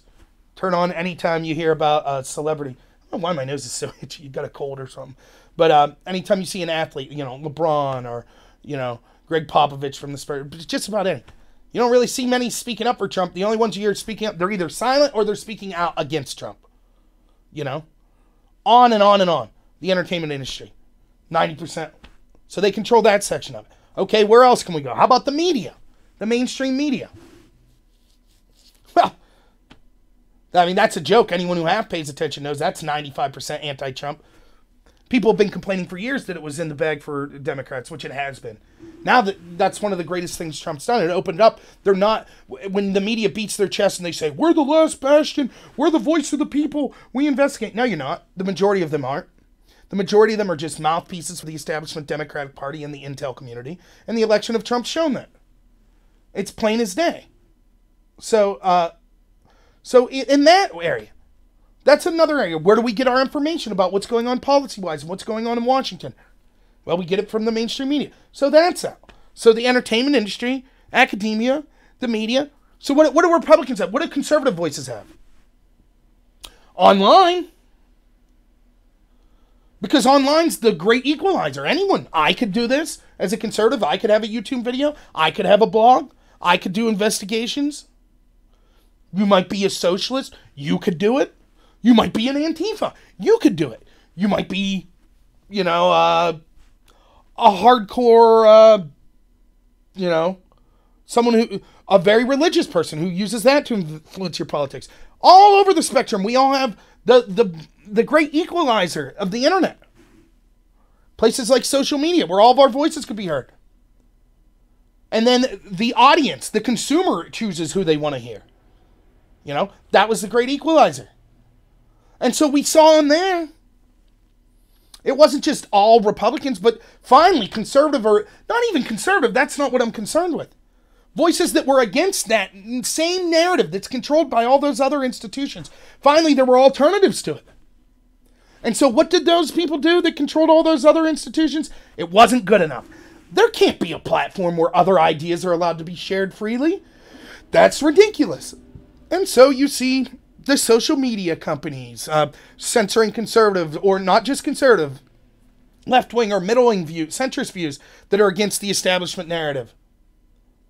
We have to silence them. We see the politicians say, no, government needs to get involved. We need to stop people. We need to, blah, blah, blah. They're coming for that. They need total control. They control almost the entirety of the mainstream media. That's not good enough. They need to shut Fox News down too. They control almost all of academia. That's not good enough. You can't leave Ben Shapiro or Jordan Peterson speak on university. They control almost the entire entertainment industry. That's not good enough. We still have to bash Chris Pratt for being religious, or, James Wood for being Republican. On and on and on. They need total control. Now, just like I was talking about with Brexit, they'll give you what's the word I'm looking for? The appearance of your voice. Oh, no, we're for free speech. We're great people. We're awesome. We want open debate.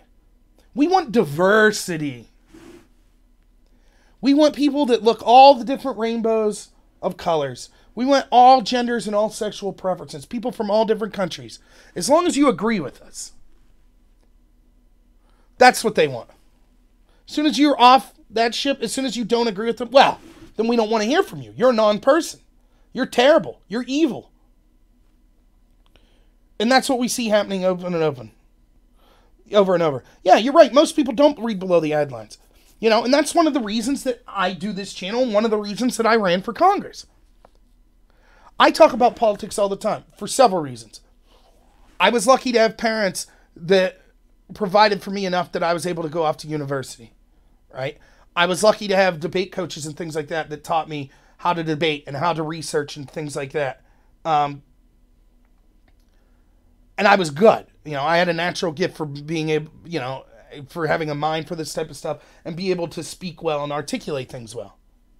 And so now, once I'm out of that, now I do home health care. My job has nothing to do with that.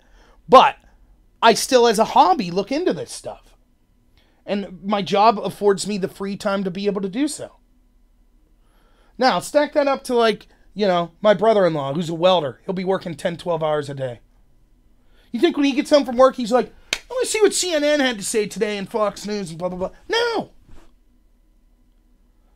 Most people in my life in rural Pennsylvania, they're just like, we just want government to leave us alone. We just want to get about with our day. That's it. We'll go vote. A lot of them vote. A lot don't. But the ones that vote, it's like, okay, we went and vote. We did our thing. That's it. You know? They don't have the time, you know, and they didn't have the good fortune to be able to be like kind of educated to know how to articulate a lot of the crap or to look into it. They don't know where to look necessarily. So they get the headlines.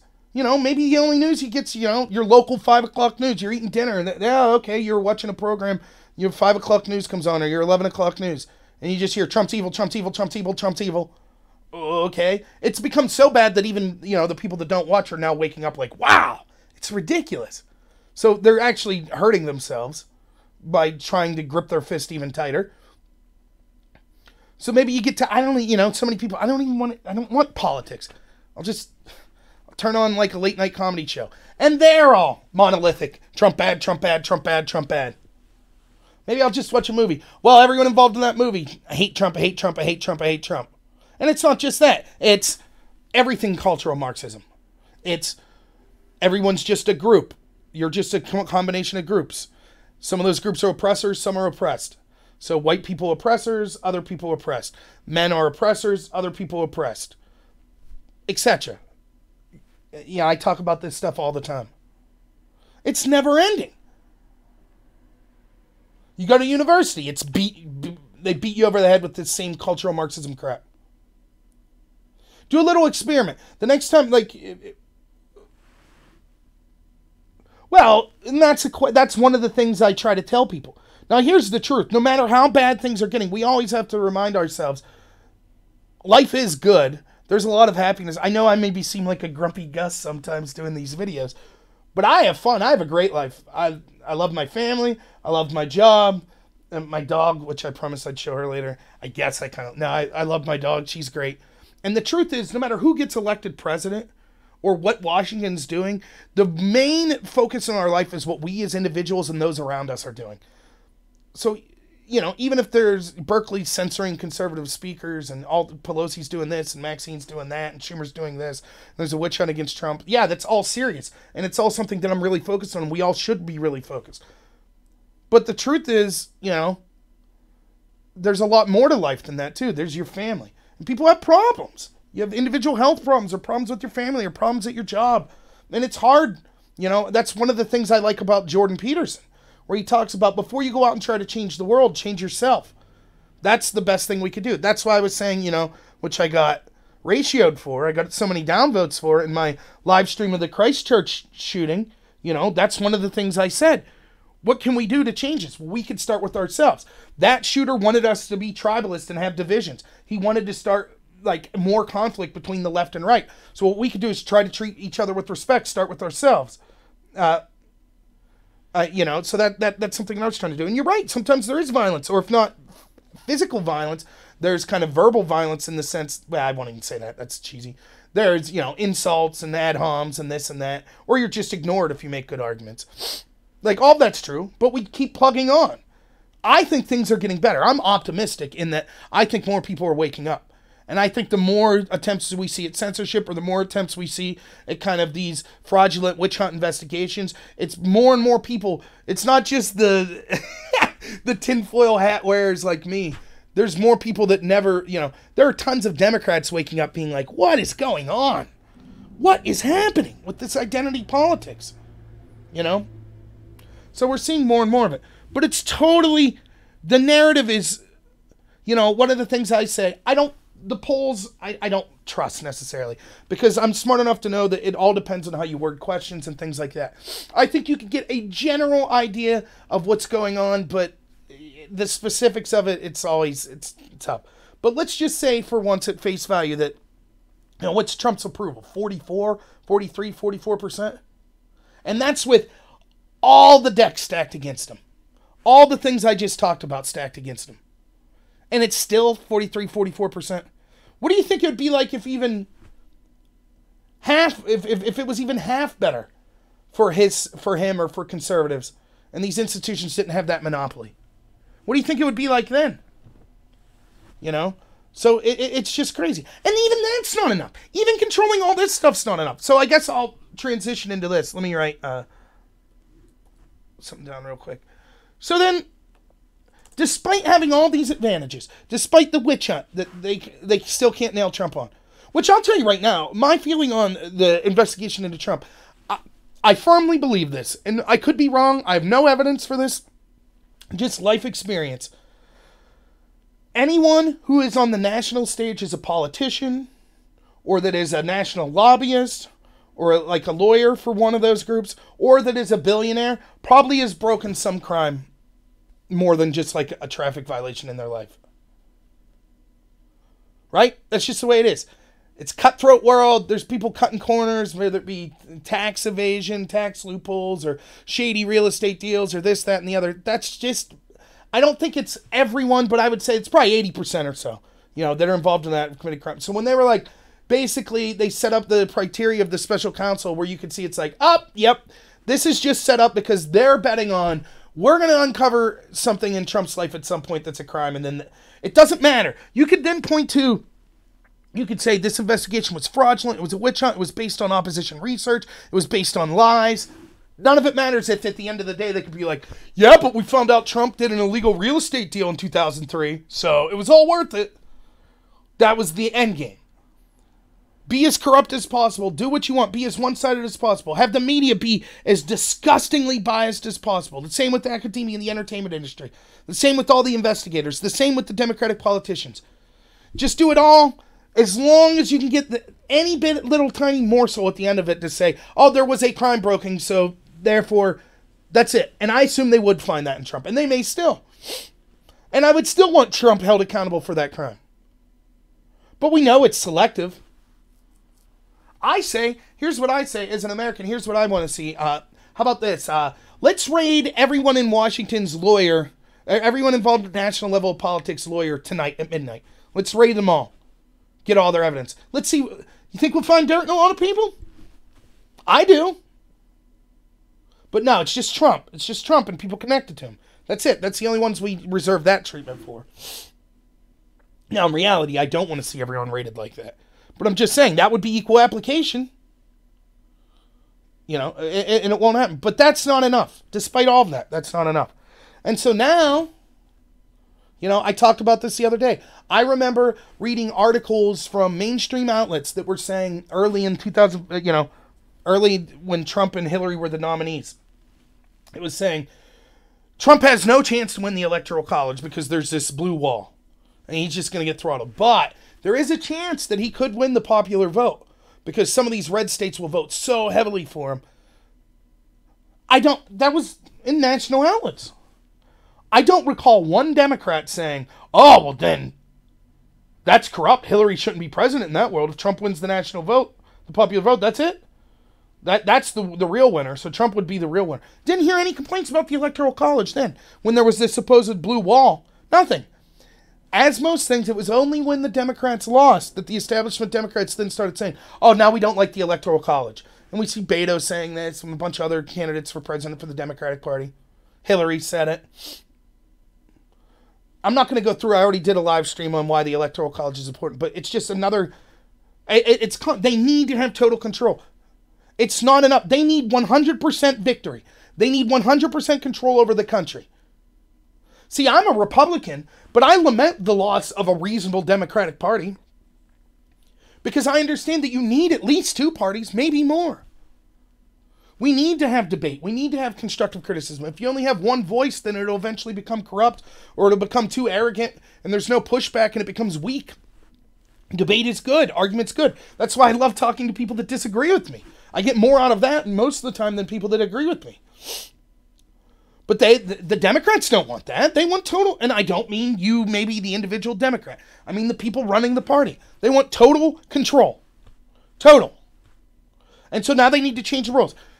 They had the misfortune of, Trump got to appoint a couple of justices. That's not right to them. So now they're talking about packing the courts if they're elected. Changing 100-something years of precedent. Oh, we'll just put as many people as we want in the court so things go our way when we get there. It's the same with the borders. They don't like the borders the way they are. So screw it. We don't care. We shouldn't have control over the borders. The voting age. Well, let's lower the voting age to 16.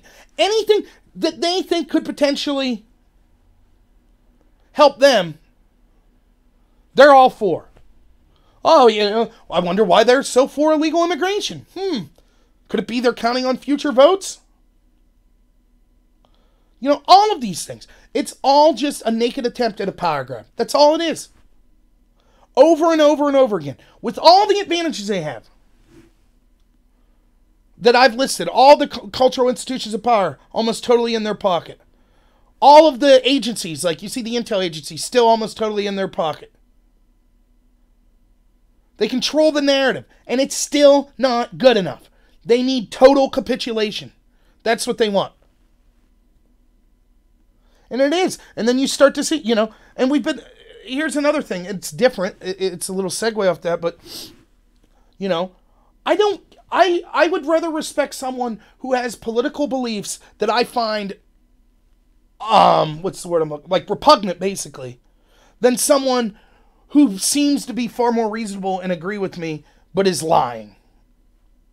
And so for example, socialism. You've had for like 10 years or something, people being like, well, you're kind of getting close to socialism. And the Democrats were like, the people running, no, socialism? Come on. It'd be socialism. And then it was, well, okay, we're democratic socialists, but that's different. That's not socialism. And now it's just outright like, yeah, what's wrong with socialism? It's the same with gun laws. You could see it. Well, we just need to get rid of this one type of gun. Okay, let's say theoretically, you could go to these people and say, okay, we'll get rid of AR-15s, right? That's it then, right? AR-15, yep, just the AR-15. The next day they would be out there, and now the next guns. Why do you need these? But when you ask them, you're like, dude, you're just basically trying to get rid of like all, like a huge swath of guns from the average people, right? That's what you're trying to do. Oh, no. Like you would advocate things like confiscation of guns. No, we would never do that. What do you see Bernie out there saying today? Yeah, we need to do like New Zealand. We need to criminal laws. Now look at the law that they're talking about in New Zealand. Sorry. If you look at and I regret not having this pulled up right now, but basically it has to do with magazine capacity and things like that. The majority of lawful gun owners in our country, under the new New Zealand law, would have to give up their guns. The majority of the guns. So like, it limits, I think, clip capacity to like 5. So that's pretty much any handguns you have. Tons of, and you would be a criminal for keeping them and not giving them back to the government. So one of the leading candidates for Democrat for president, Bernie, he comes out and says, yep, that's how a real country does it. That's what we should do here. But they're not coming for your guns. No one's suggesting that. They're not socialist. No one's suggesting that. The Green New Deal, when it comes out and it says, yeah, basically we're going to totally, one of the largest economic sectors in the country, the energy sector, we're going to wipe that out in 10 years. We'll do the same with farming. And it's all about environmentalism, right? So we'll also include reparations. We'll also have a bunch of policies based just on your skin color or your gender or your sex. And also we'll guarantee everyone a government job. And, by the way, we'll just guarantee you money even if you're unwilling to work.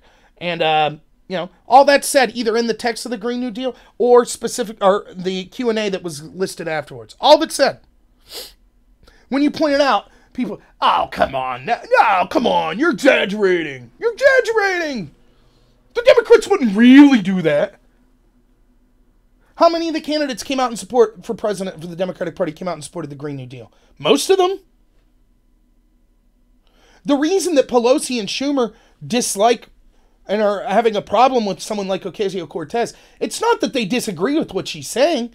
It's that she spilled the beans. This was their agenda all along. We knew it. We knew this was coming. They wanted total control. They wanted socialism. They wanted the idea that the government made all these decisions. They think you, the individual, are stupid. They think you should be judged based on immutable characteristics like your skin color or your age or your sex or your ability or your weight or your religion or your ethnicity, etc. That's all you are. You should be judged based on that. We should have equality of outcomes.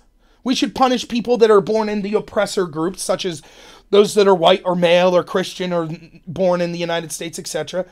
They should be punished, and those that are oppressed should be elevated. And that they know best. They don't need the people's input. They know what's best for us, so shut your mouth and give them power. Give them total control over the energy sector. Give them total control over the economy. We want massive wealth redistribution. Give the government all your money, and then they'll decide who deserves what and who needs what. That's what they wanted. Not all of them. There are reasonable Democrats that didn't want to go that far. But the people in power, that's what they wanted in the Democratic Party. And people would suggest, nah, that's ridiculous. No. How dare you say that? No, that's hyperbolic. And then we see Cortez come out and whoop, blows the lid off the whole scheme. Because she don't know better. She don't know the game is lie.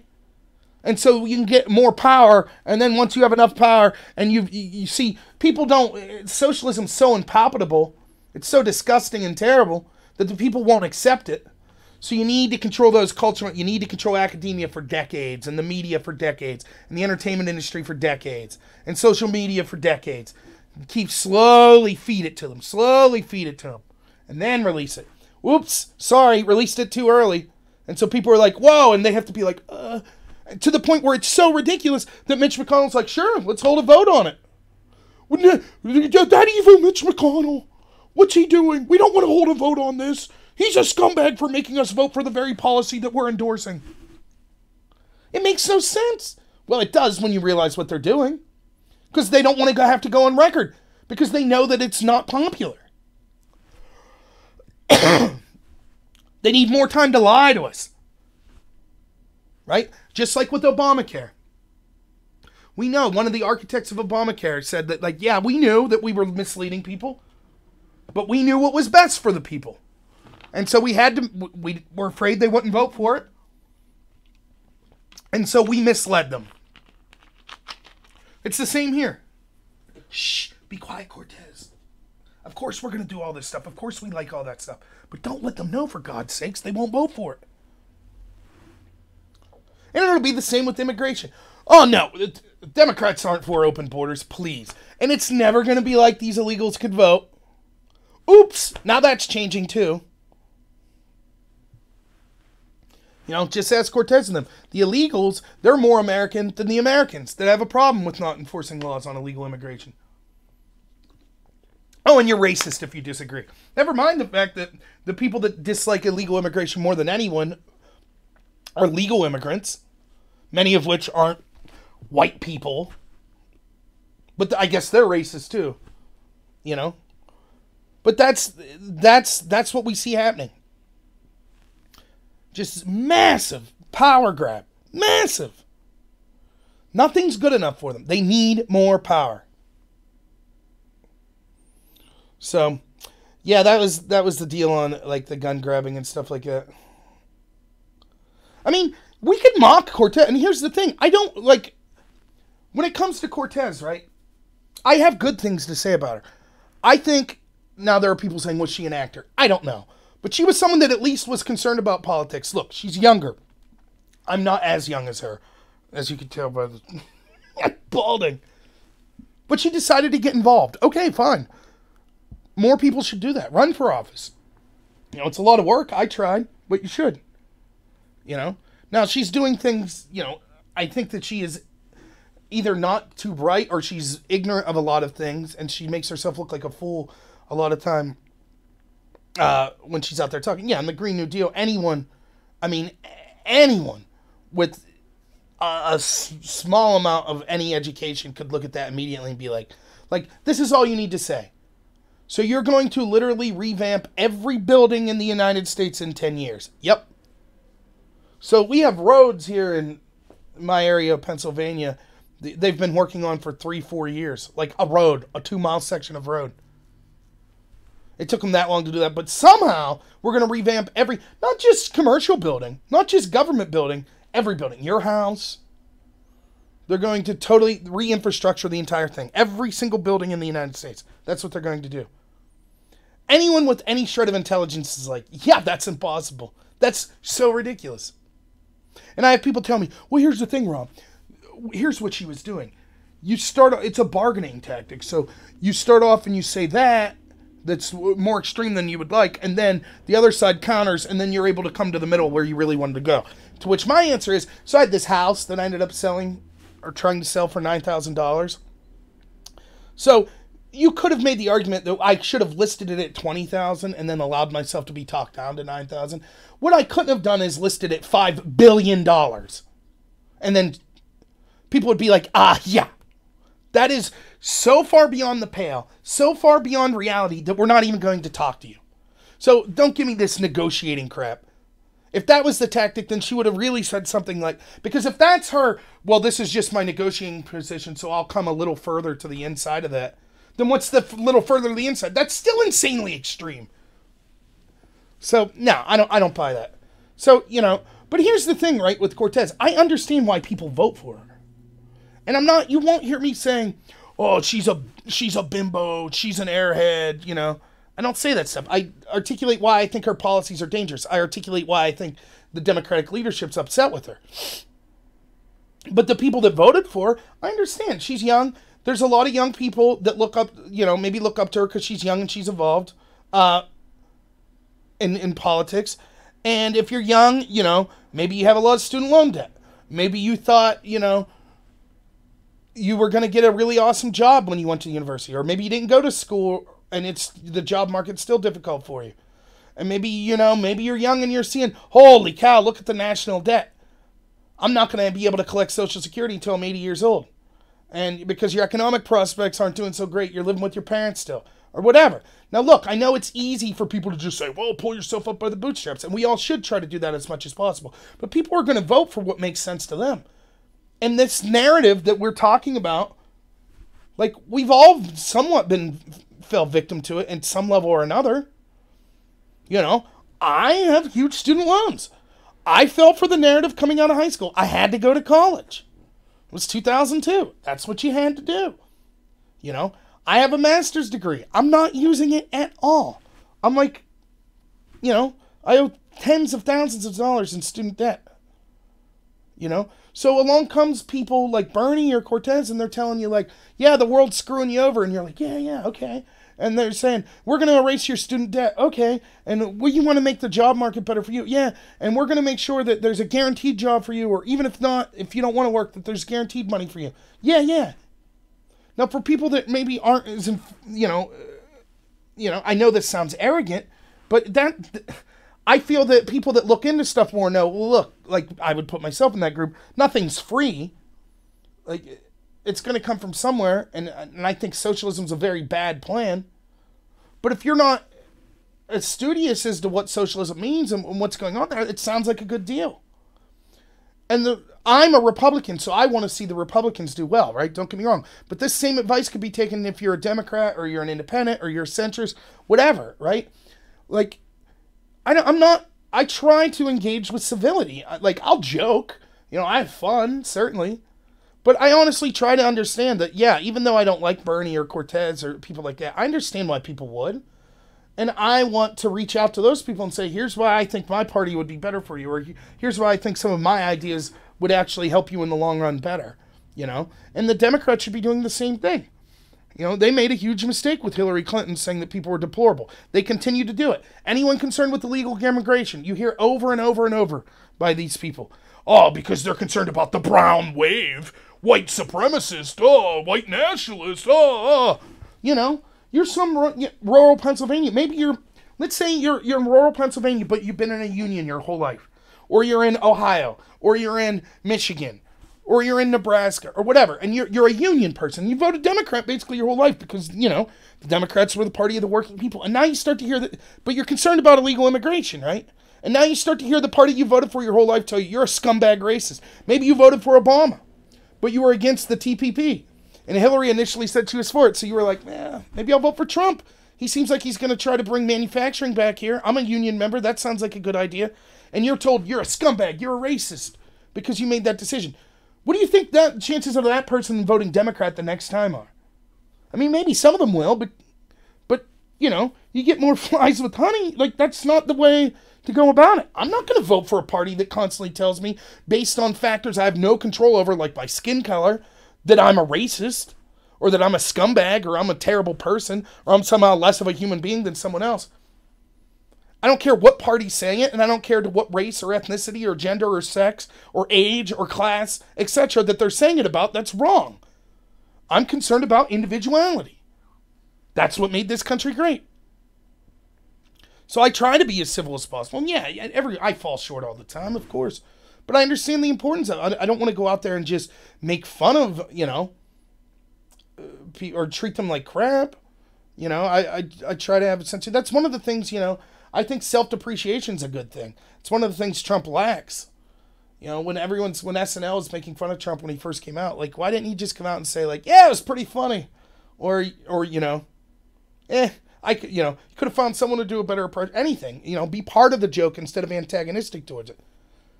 People like people that could laugh at themselves, and Trump takes every insult to heart so much that he just wants to attack back. Sometimes, okay, that's okay, but it gets old real fast. And it comes off as someone who can't take any criticism, and that's not a good thing.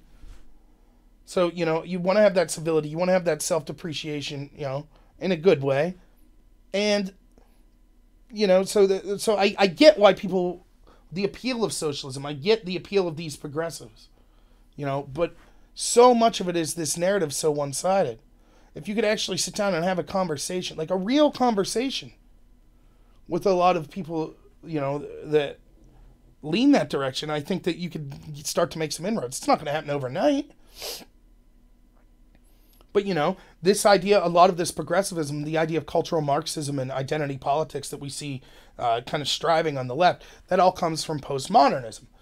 And postmodernism, they don't believe there is a truth. They believe everything's a power struggle. So to them, it's like there is no truth. Every discussion you ever have, any interaction you have with another person is just you trying to get power over them. And because of that, they don't even want to engage in a reasonable discussion with them. And you'll hear things like, well, facts are Eurocentric and racist. Using facts is kind of a white Eurocentric way of looking at the world. What are you talking? How do you have a discussion with people like that? And that's what you see happening in academia. You oftentimes see, and of course, if the pendulum swings the other way, maybe we'll see the opposite. And if the pendulum swings the other way, will then be on the side of the Democrats, quote unquote. I say this all the time. Well, let me finish my thought there. But right now, what you see is they don't want conservative points of view. And you oftentimes see the conservatives say, let's have a debate. Gun control, let's have a debate. And whoever they'll want to discuss this with is just like, you're evil, you don't care about dead kids. The war on poverty, all these policies, affirmative action, things like that. Let's have a debate. Oh, you're racist. What are you talking about? Let's discuss the issues. Even Colin Kaepernick, kneeling. Eric Holder famously said, this country's too cowardly to have a discussion on race. No, it's not. I'll have a discussion on race with anyone, at any time. I really will. It's just, what Eric Holder's really saying is, his discussion is, white people are evil, black people are always victimized. Now let's have that discussion. You have to agree with that, and then we can have a discussion based on that. No, that's not what the discussion is. The discussion is, let's discuss the ideas. Same with trans issues, LGBT issues, any issue. There are very few things that should be out of the bounds of being involved in the discussion. Yes, if you're ethnic supremacist who advocate, that should be out. If you're advocating political violence, that should be out of the discourse. And there's other things, but in general, we should be able to have those discussions, particularly on academic circles.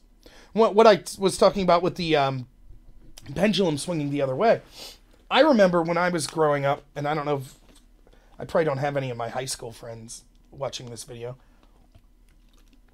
I was in the video games, and there was this character, Jack Thompson. He was kind of like this right-wing figure who was, attacking video games because they cause violence and they were bad, this and this. Now, there are things that are bad about video games, but that's not really what the stuff that I think. So the thing that's bad about them is like you get addicted to them and spend all your time and you don't advance in life and you kind of forsake more important things, which I, certainly at points in my life I've done. But that's not, Grand Theft Auto made me do something bad. No, that's not what's going on. But, and then before Jack Thompson, you had, the famous, one of my favorite lineups of people when you had the big, who was it? Was it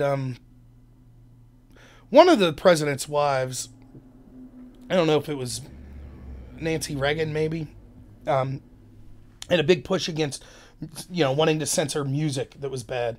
And so you had, I think it was the guy, this rapper, 2 Live Crew, they put this album out that was deemed offensive. And so it was them and Dee Snider from Twisted Sister and John Denver went in front of Congress to argue their case against why this censorship was bad. And then well before that, you had kind of the idea of censoring of comic books for similar reasons. And most of that censorship was coming from the right. And I was against that, right?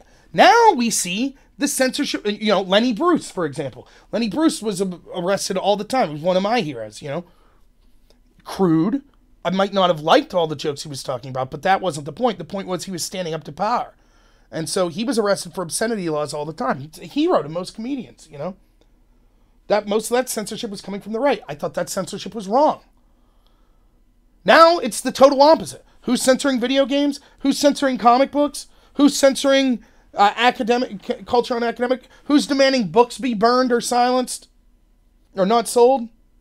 What's the left? It's all coming from the left. So again, just like with the war situation, I haven't changed. It's the voices in power in the parties have changed. That's what's going on.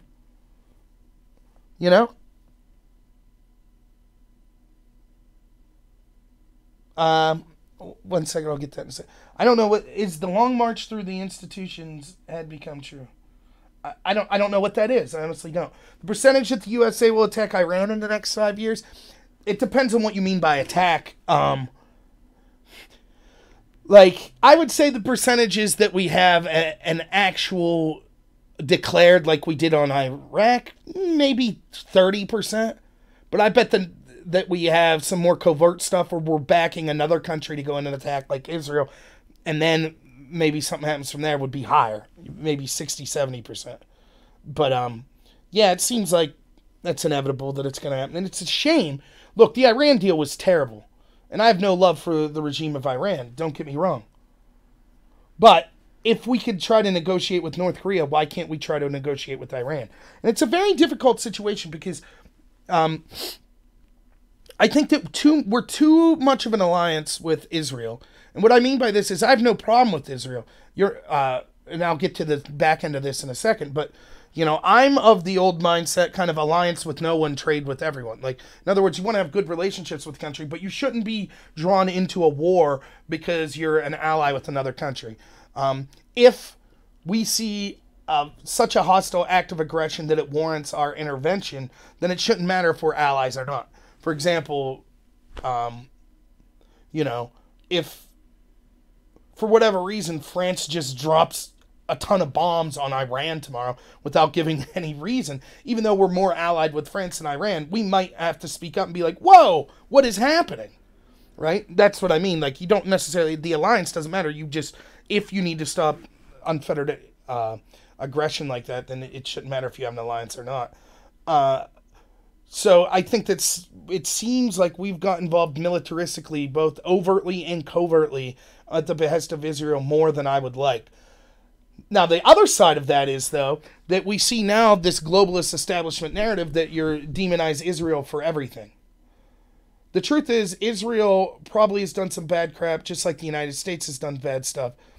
Almost every country has. But Israel's demonized uniquely for things that any other country, no one would bat an eyelash. So, for example, if Mexico or Canada started launching rockets inside to the United States and were killing U.S. citizens, I will guarantee you that the United States military and our leaders would do something about it. But Israel's supposed to just take it because they're more advanced. And it's this kind of victimhood that so many people, it's the cultural Marxism again. Well, Palestine's just, they're the victims. They're the little guy. And so, we can't look at any wrongdoing they do. They can only be victims and Israel can only be the aggressor. No, I disagree. And the big issue, I think, where this came out for me was, okay, so Trump wants to move the embassy to Jerusalem, which I have no problem with. We have our embassies in the capital cities of any other country. If France says Paris is the capital of France, who are we to disagree? It's lawful. So that's what Israel wanted. I didn't see a problem with it. And the argument against this was, but listen, if you move the embassy there, then you're going to have a bunch of Palestinians and other people in the Arabic world basically launch all kinds of crazy attacks. Okay, then they're the bad people. Right? That's not hard to... It's just like we were talking about with Brexit. So wait a minute, we have to use fear of unethical action, fear of aggression from unethical actors to not engage in policies we otherwise would? That's ridiculous. That would be like saying, oh, we can't make gay marriage legal because, there could be a bunch of, people that will start being really terrible to gay people as a result. So we better leave gay marriage be illegal. It's ridiculous. You don't kowtow to violent bigots. You don't kowtow to violent people and don't do policies because of that. That's absurd. So, with things like that, and we see this on academia where constantly the halls of academia, it's a total Palestine's the best, Israel's evil. We can invite people from Hamas, people in charge of Palestine to come to campus and give speeches, but you can't have people from Israel, And the irony is, and if we talk specifically about like comments by like Ilhan Omar, I didn't necessarily think those comments were anti-Semitism. They could have been. But that's the problem with racism. Like, I'm not going to jump on the bandwagon. I hate it when anytime I say something that someone disagrees with, they yell, racist, racist, racist. So I'm going to give people the benefit of the doubt. And until I know that she actually is a racist, then these comments could have just been legitimate criticisms of Israel. And that's just how I feel. It could have been coming from a place of racism, but I have no proof, so I'm going to treat it as if it wasn't. However, the problem is the Democrats can't do that because that's the Democrats' entire game. The Democrats say if you want a wall on the border, you're racist. So then they can't, then the Republicans jump to use the same game back at them, which I'm not necessarily for. But nonetheless, then the Democrats just came out and be like, yeah, that's absurd.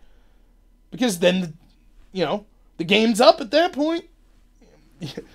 They're saying the very actions they do are absurd. Not that consistency matters to most of the leadership of the Democratic Party, but you see what I'm saying?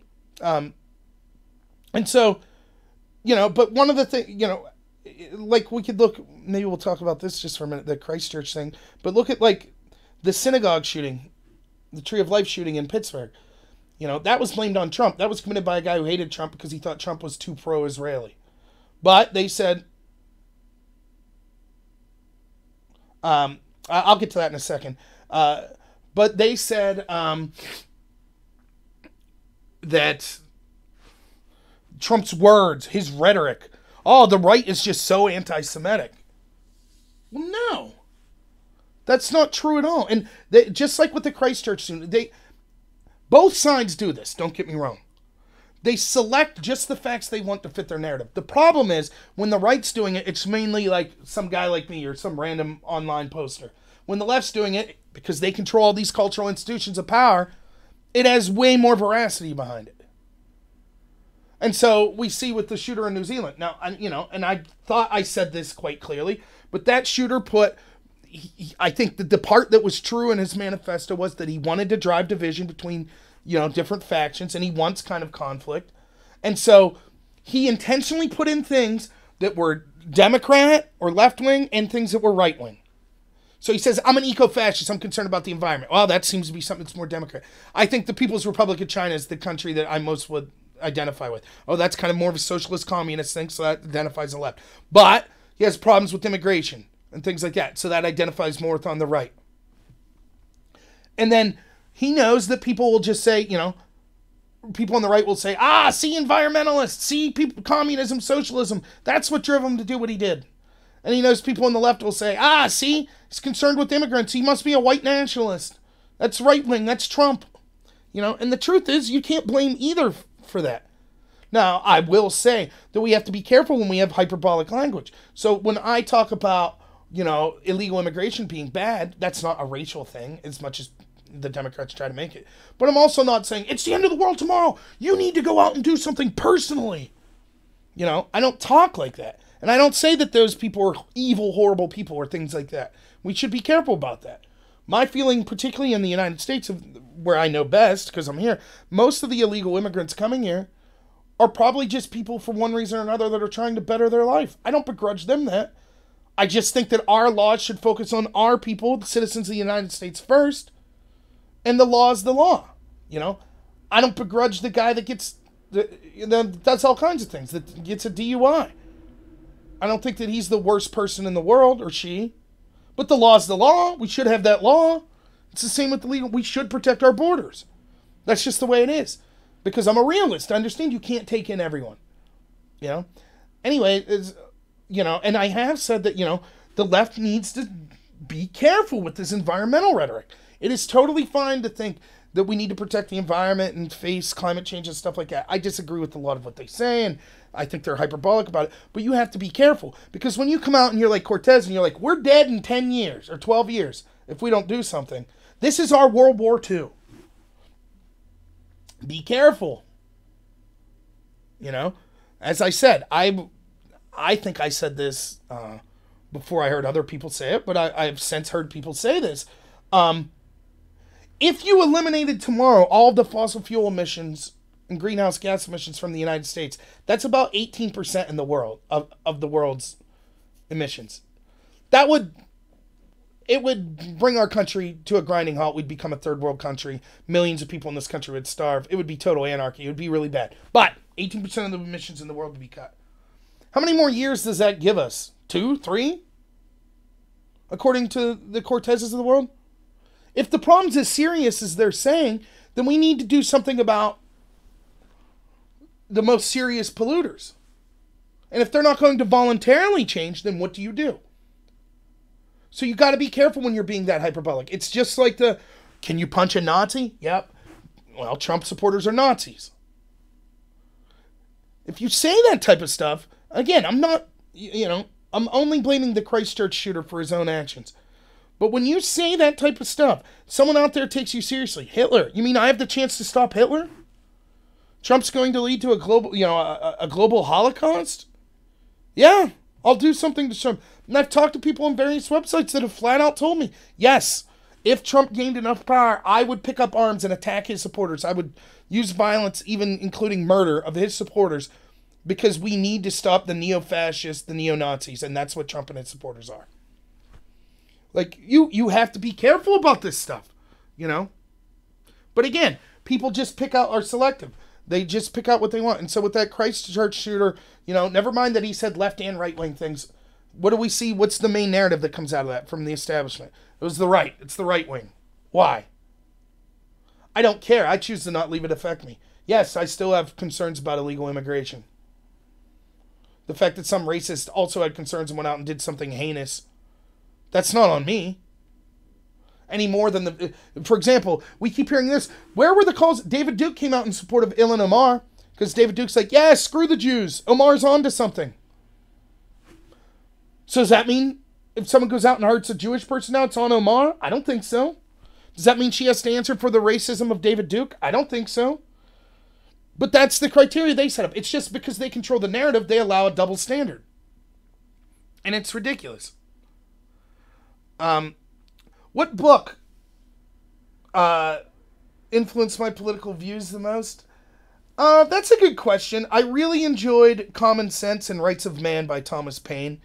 That's something that I think really influenced me a lot to understand.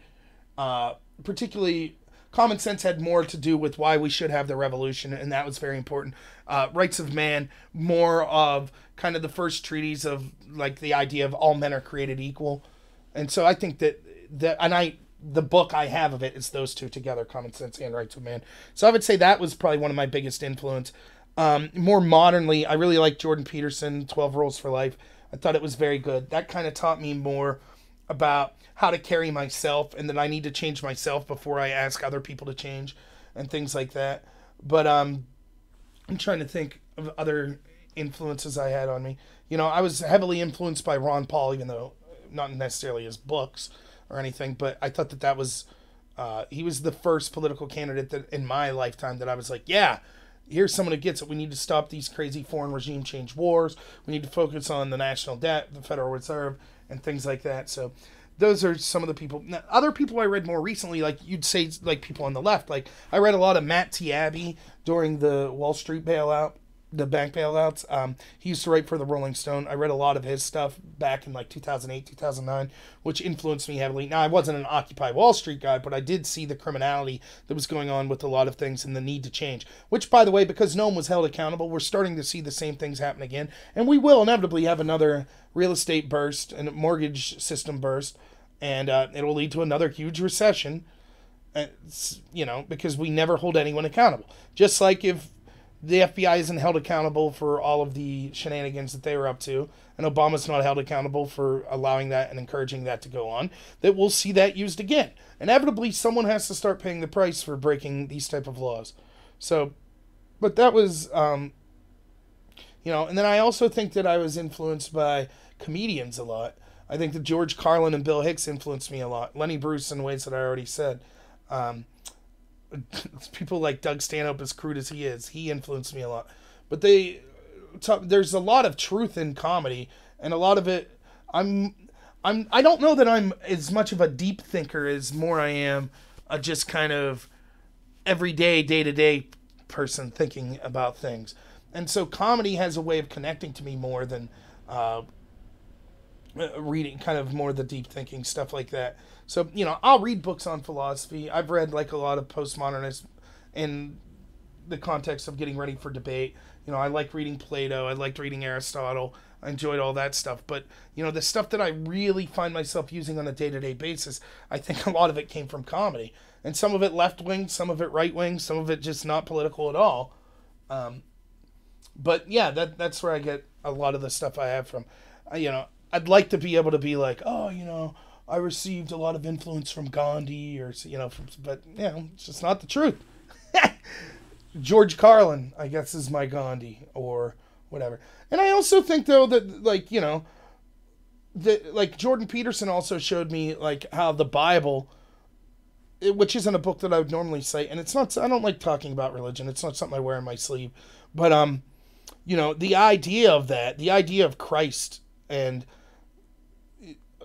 holding yourself to the highest standard accountable, like that's something that's important to me. And I fail all the time. I get it. But it is something that I'm really trying to make a change, and I'm really trying to do for the better. It's one of the reasons that it's one of the biggest pet peeves I have about the socialist wing and the progressive wing we see in charge of the Democratic Party.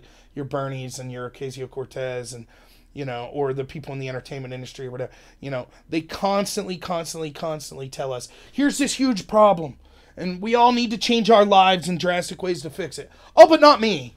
I'll continue to live exactly the same until everyone else makes the change. And so, it's almost every issue that they're adamant about. Illegal immigration's A-okay. Walls are bad. Walls are racist. Well, I live in my gated community. Your light bulbs have to change because they're too much of a drain on the environment, and the car you drive is terrible. Well, I fly my private jet. Just constantly things like that. So I think that if all of us, regardless if you're coming from the left, right, or center, if all of us decided to do our best in our lives to change before we started demanding of other people, and you might say, well, wait a minute, you're doing these videos and you're suggesting X, Y, don't you have things in your life you could work on? Yes. There is truth to that. And in a sense, I'm a hypocrite in that sense that I'll never live up to fully what I, preach. But most of what I suggest is individualism. So I want small government. So I'm not out there saying, I want the government to force people to do X and then not doing X myself. I'm saying it should be up as much as possible for each individual to do what they want until they hurt other people. And so that's a big thing for me. I try not to be hypocritical in that sense. So one other thing I was going to talk about, it's way off topic, but kind of, I guess we're talking about comedy, so it kind of fits in.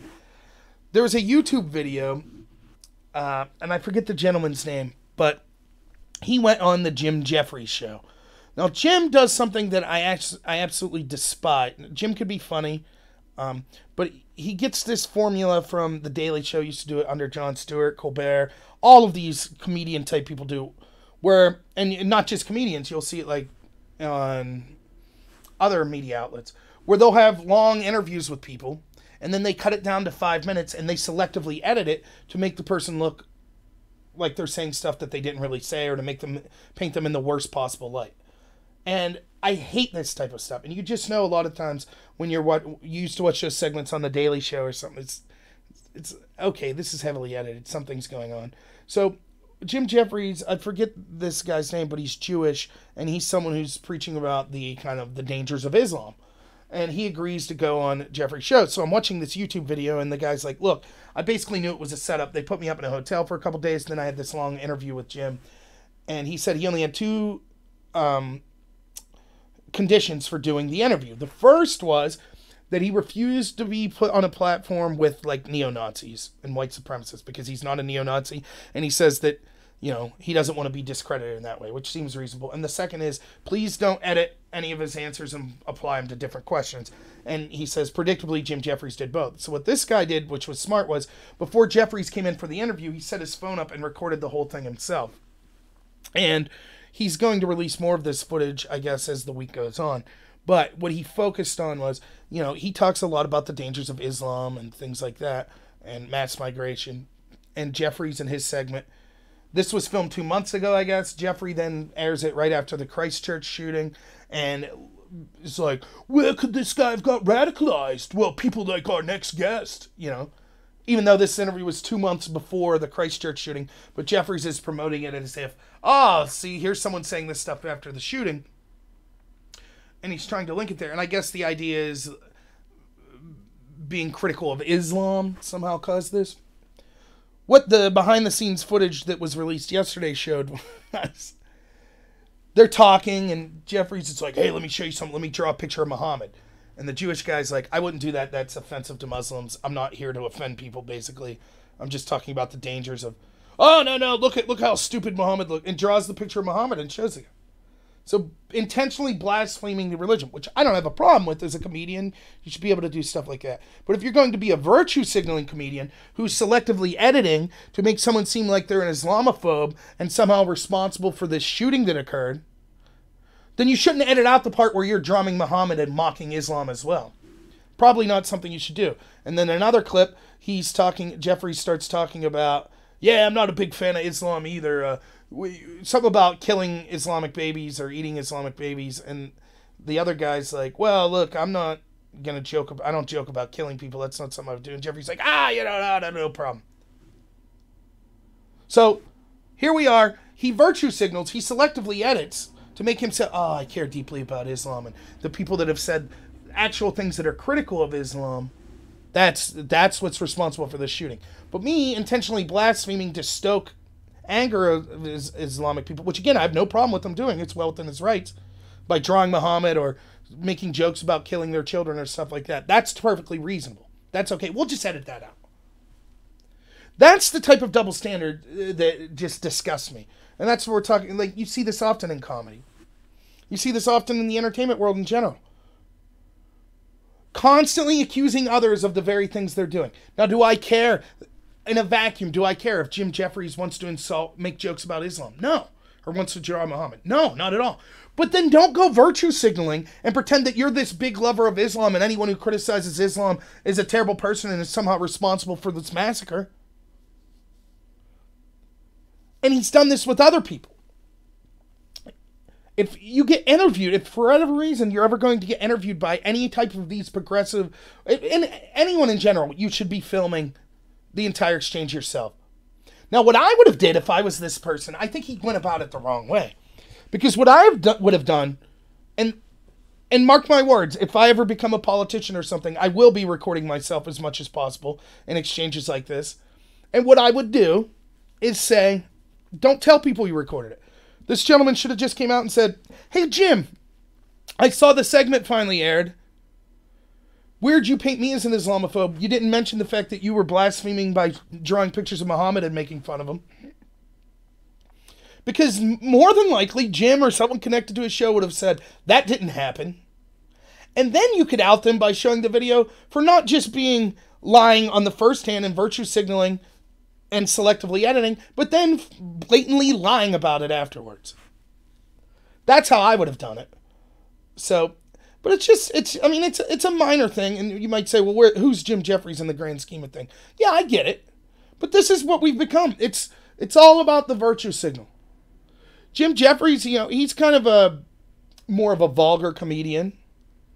They'll come for him someday. He'll cross the line with the progressives and they'll come for him, and then it'll be woe is me, and we're supposed to feel bad for him. Sorry. I despise this idea. Just be yourself. It's okay to be critical of Islam. It's okay to be critical of Christianity or Judaism. That doesn't mean you want Jews shot in a synagogue or Christians shot in a church or Muslims shot in a mosque. I'm biased. I favor Christianity.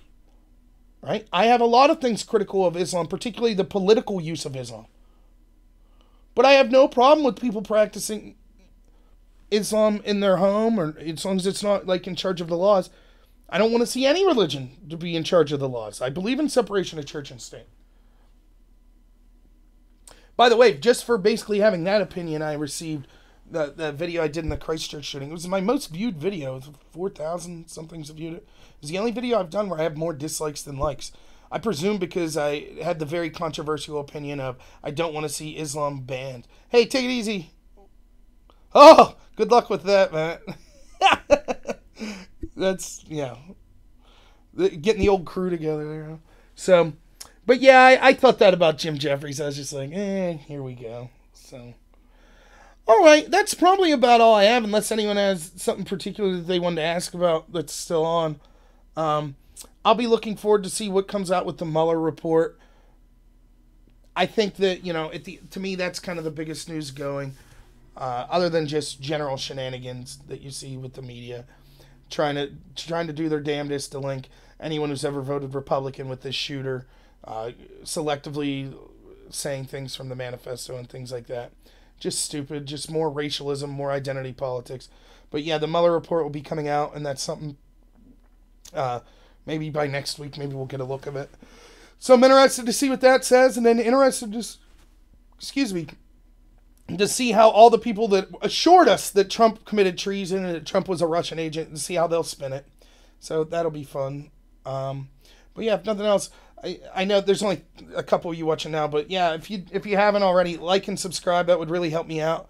And I'll probably be putting more videos out tomorrow and Saturday. Next week might be a slow week for me as far as videos, because I might have to work 24/7 for about 6 days in a row because someone took off at my work. So I might have trouble putting videos up, but we'll see. But thank you everyone for tuning in, and have a good one.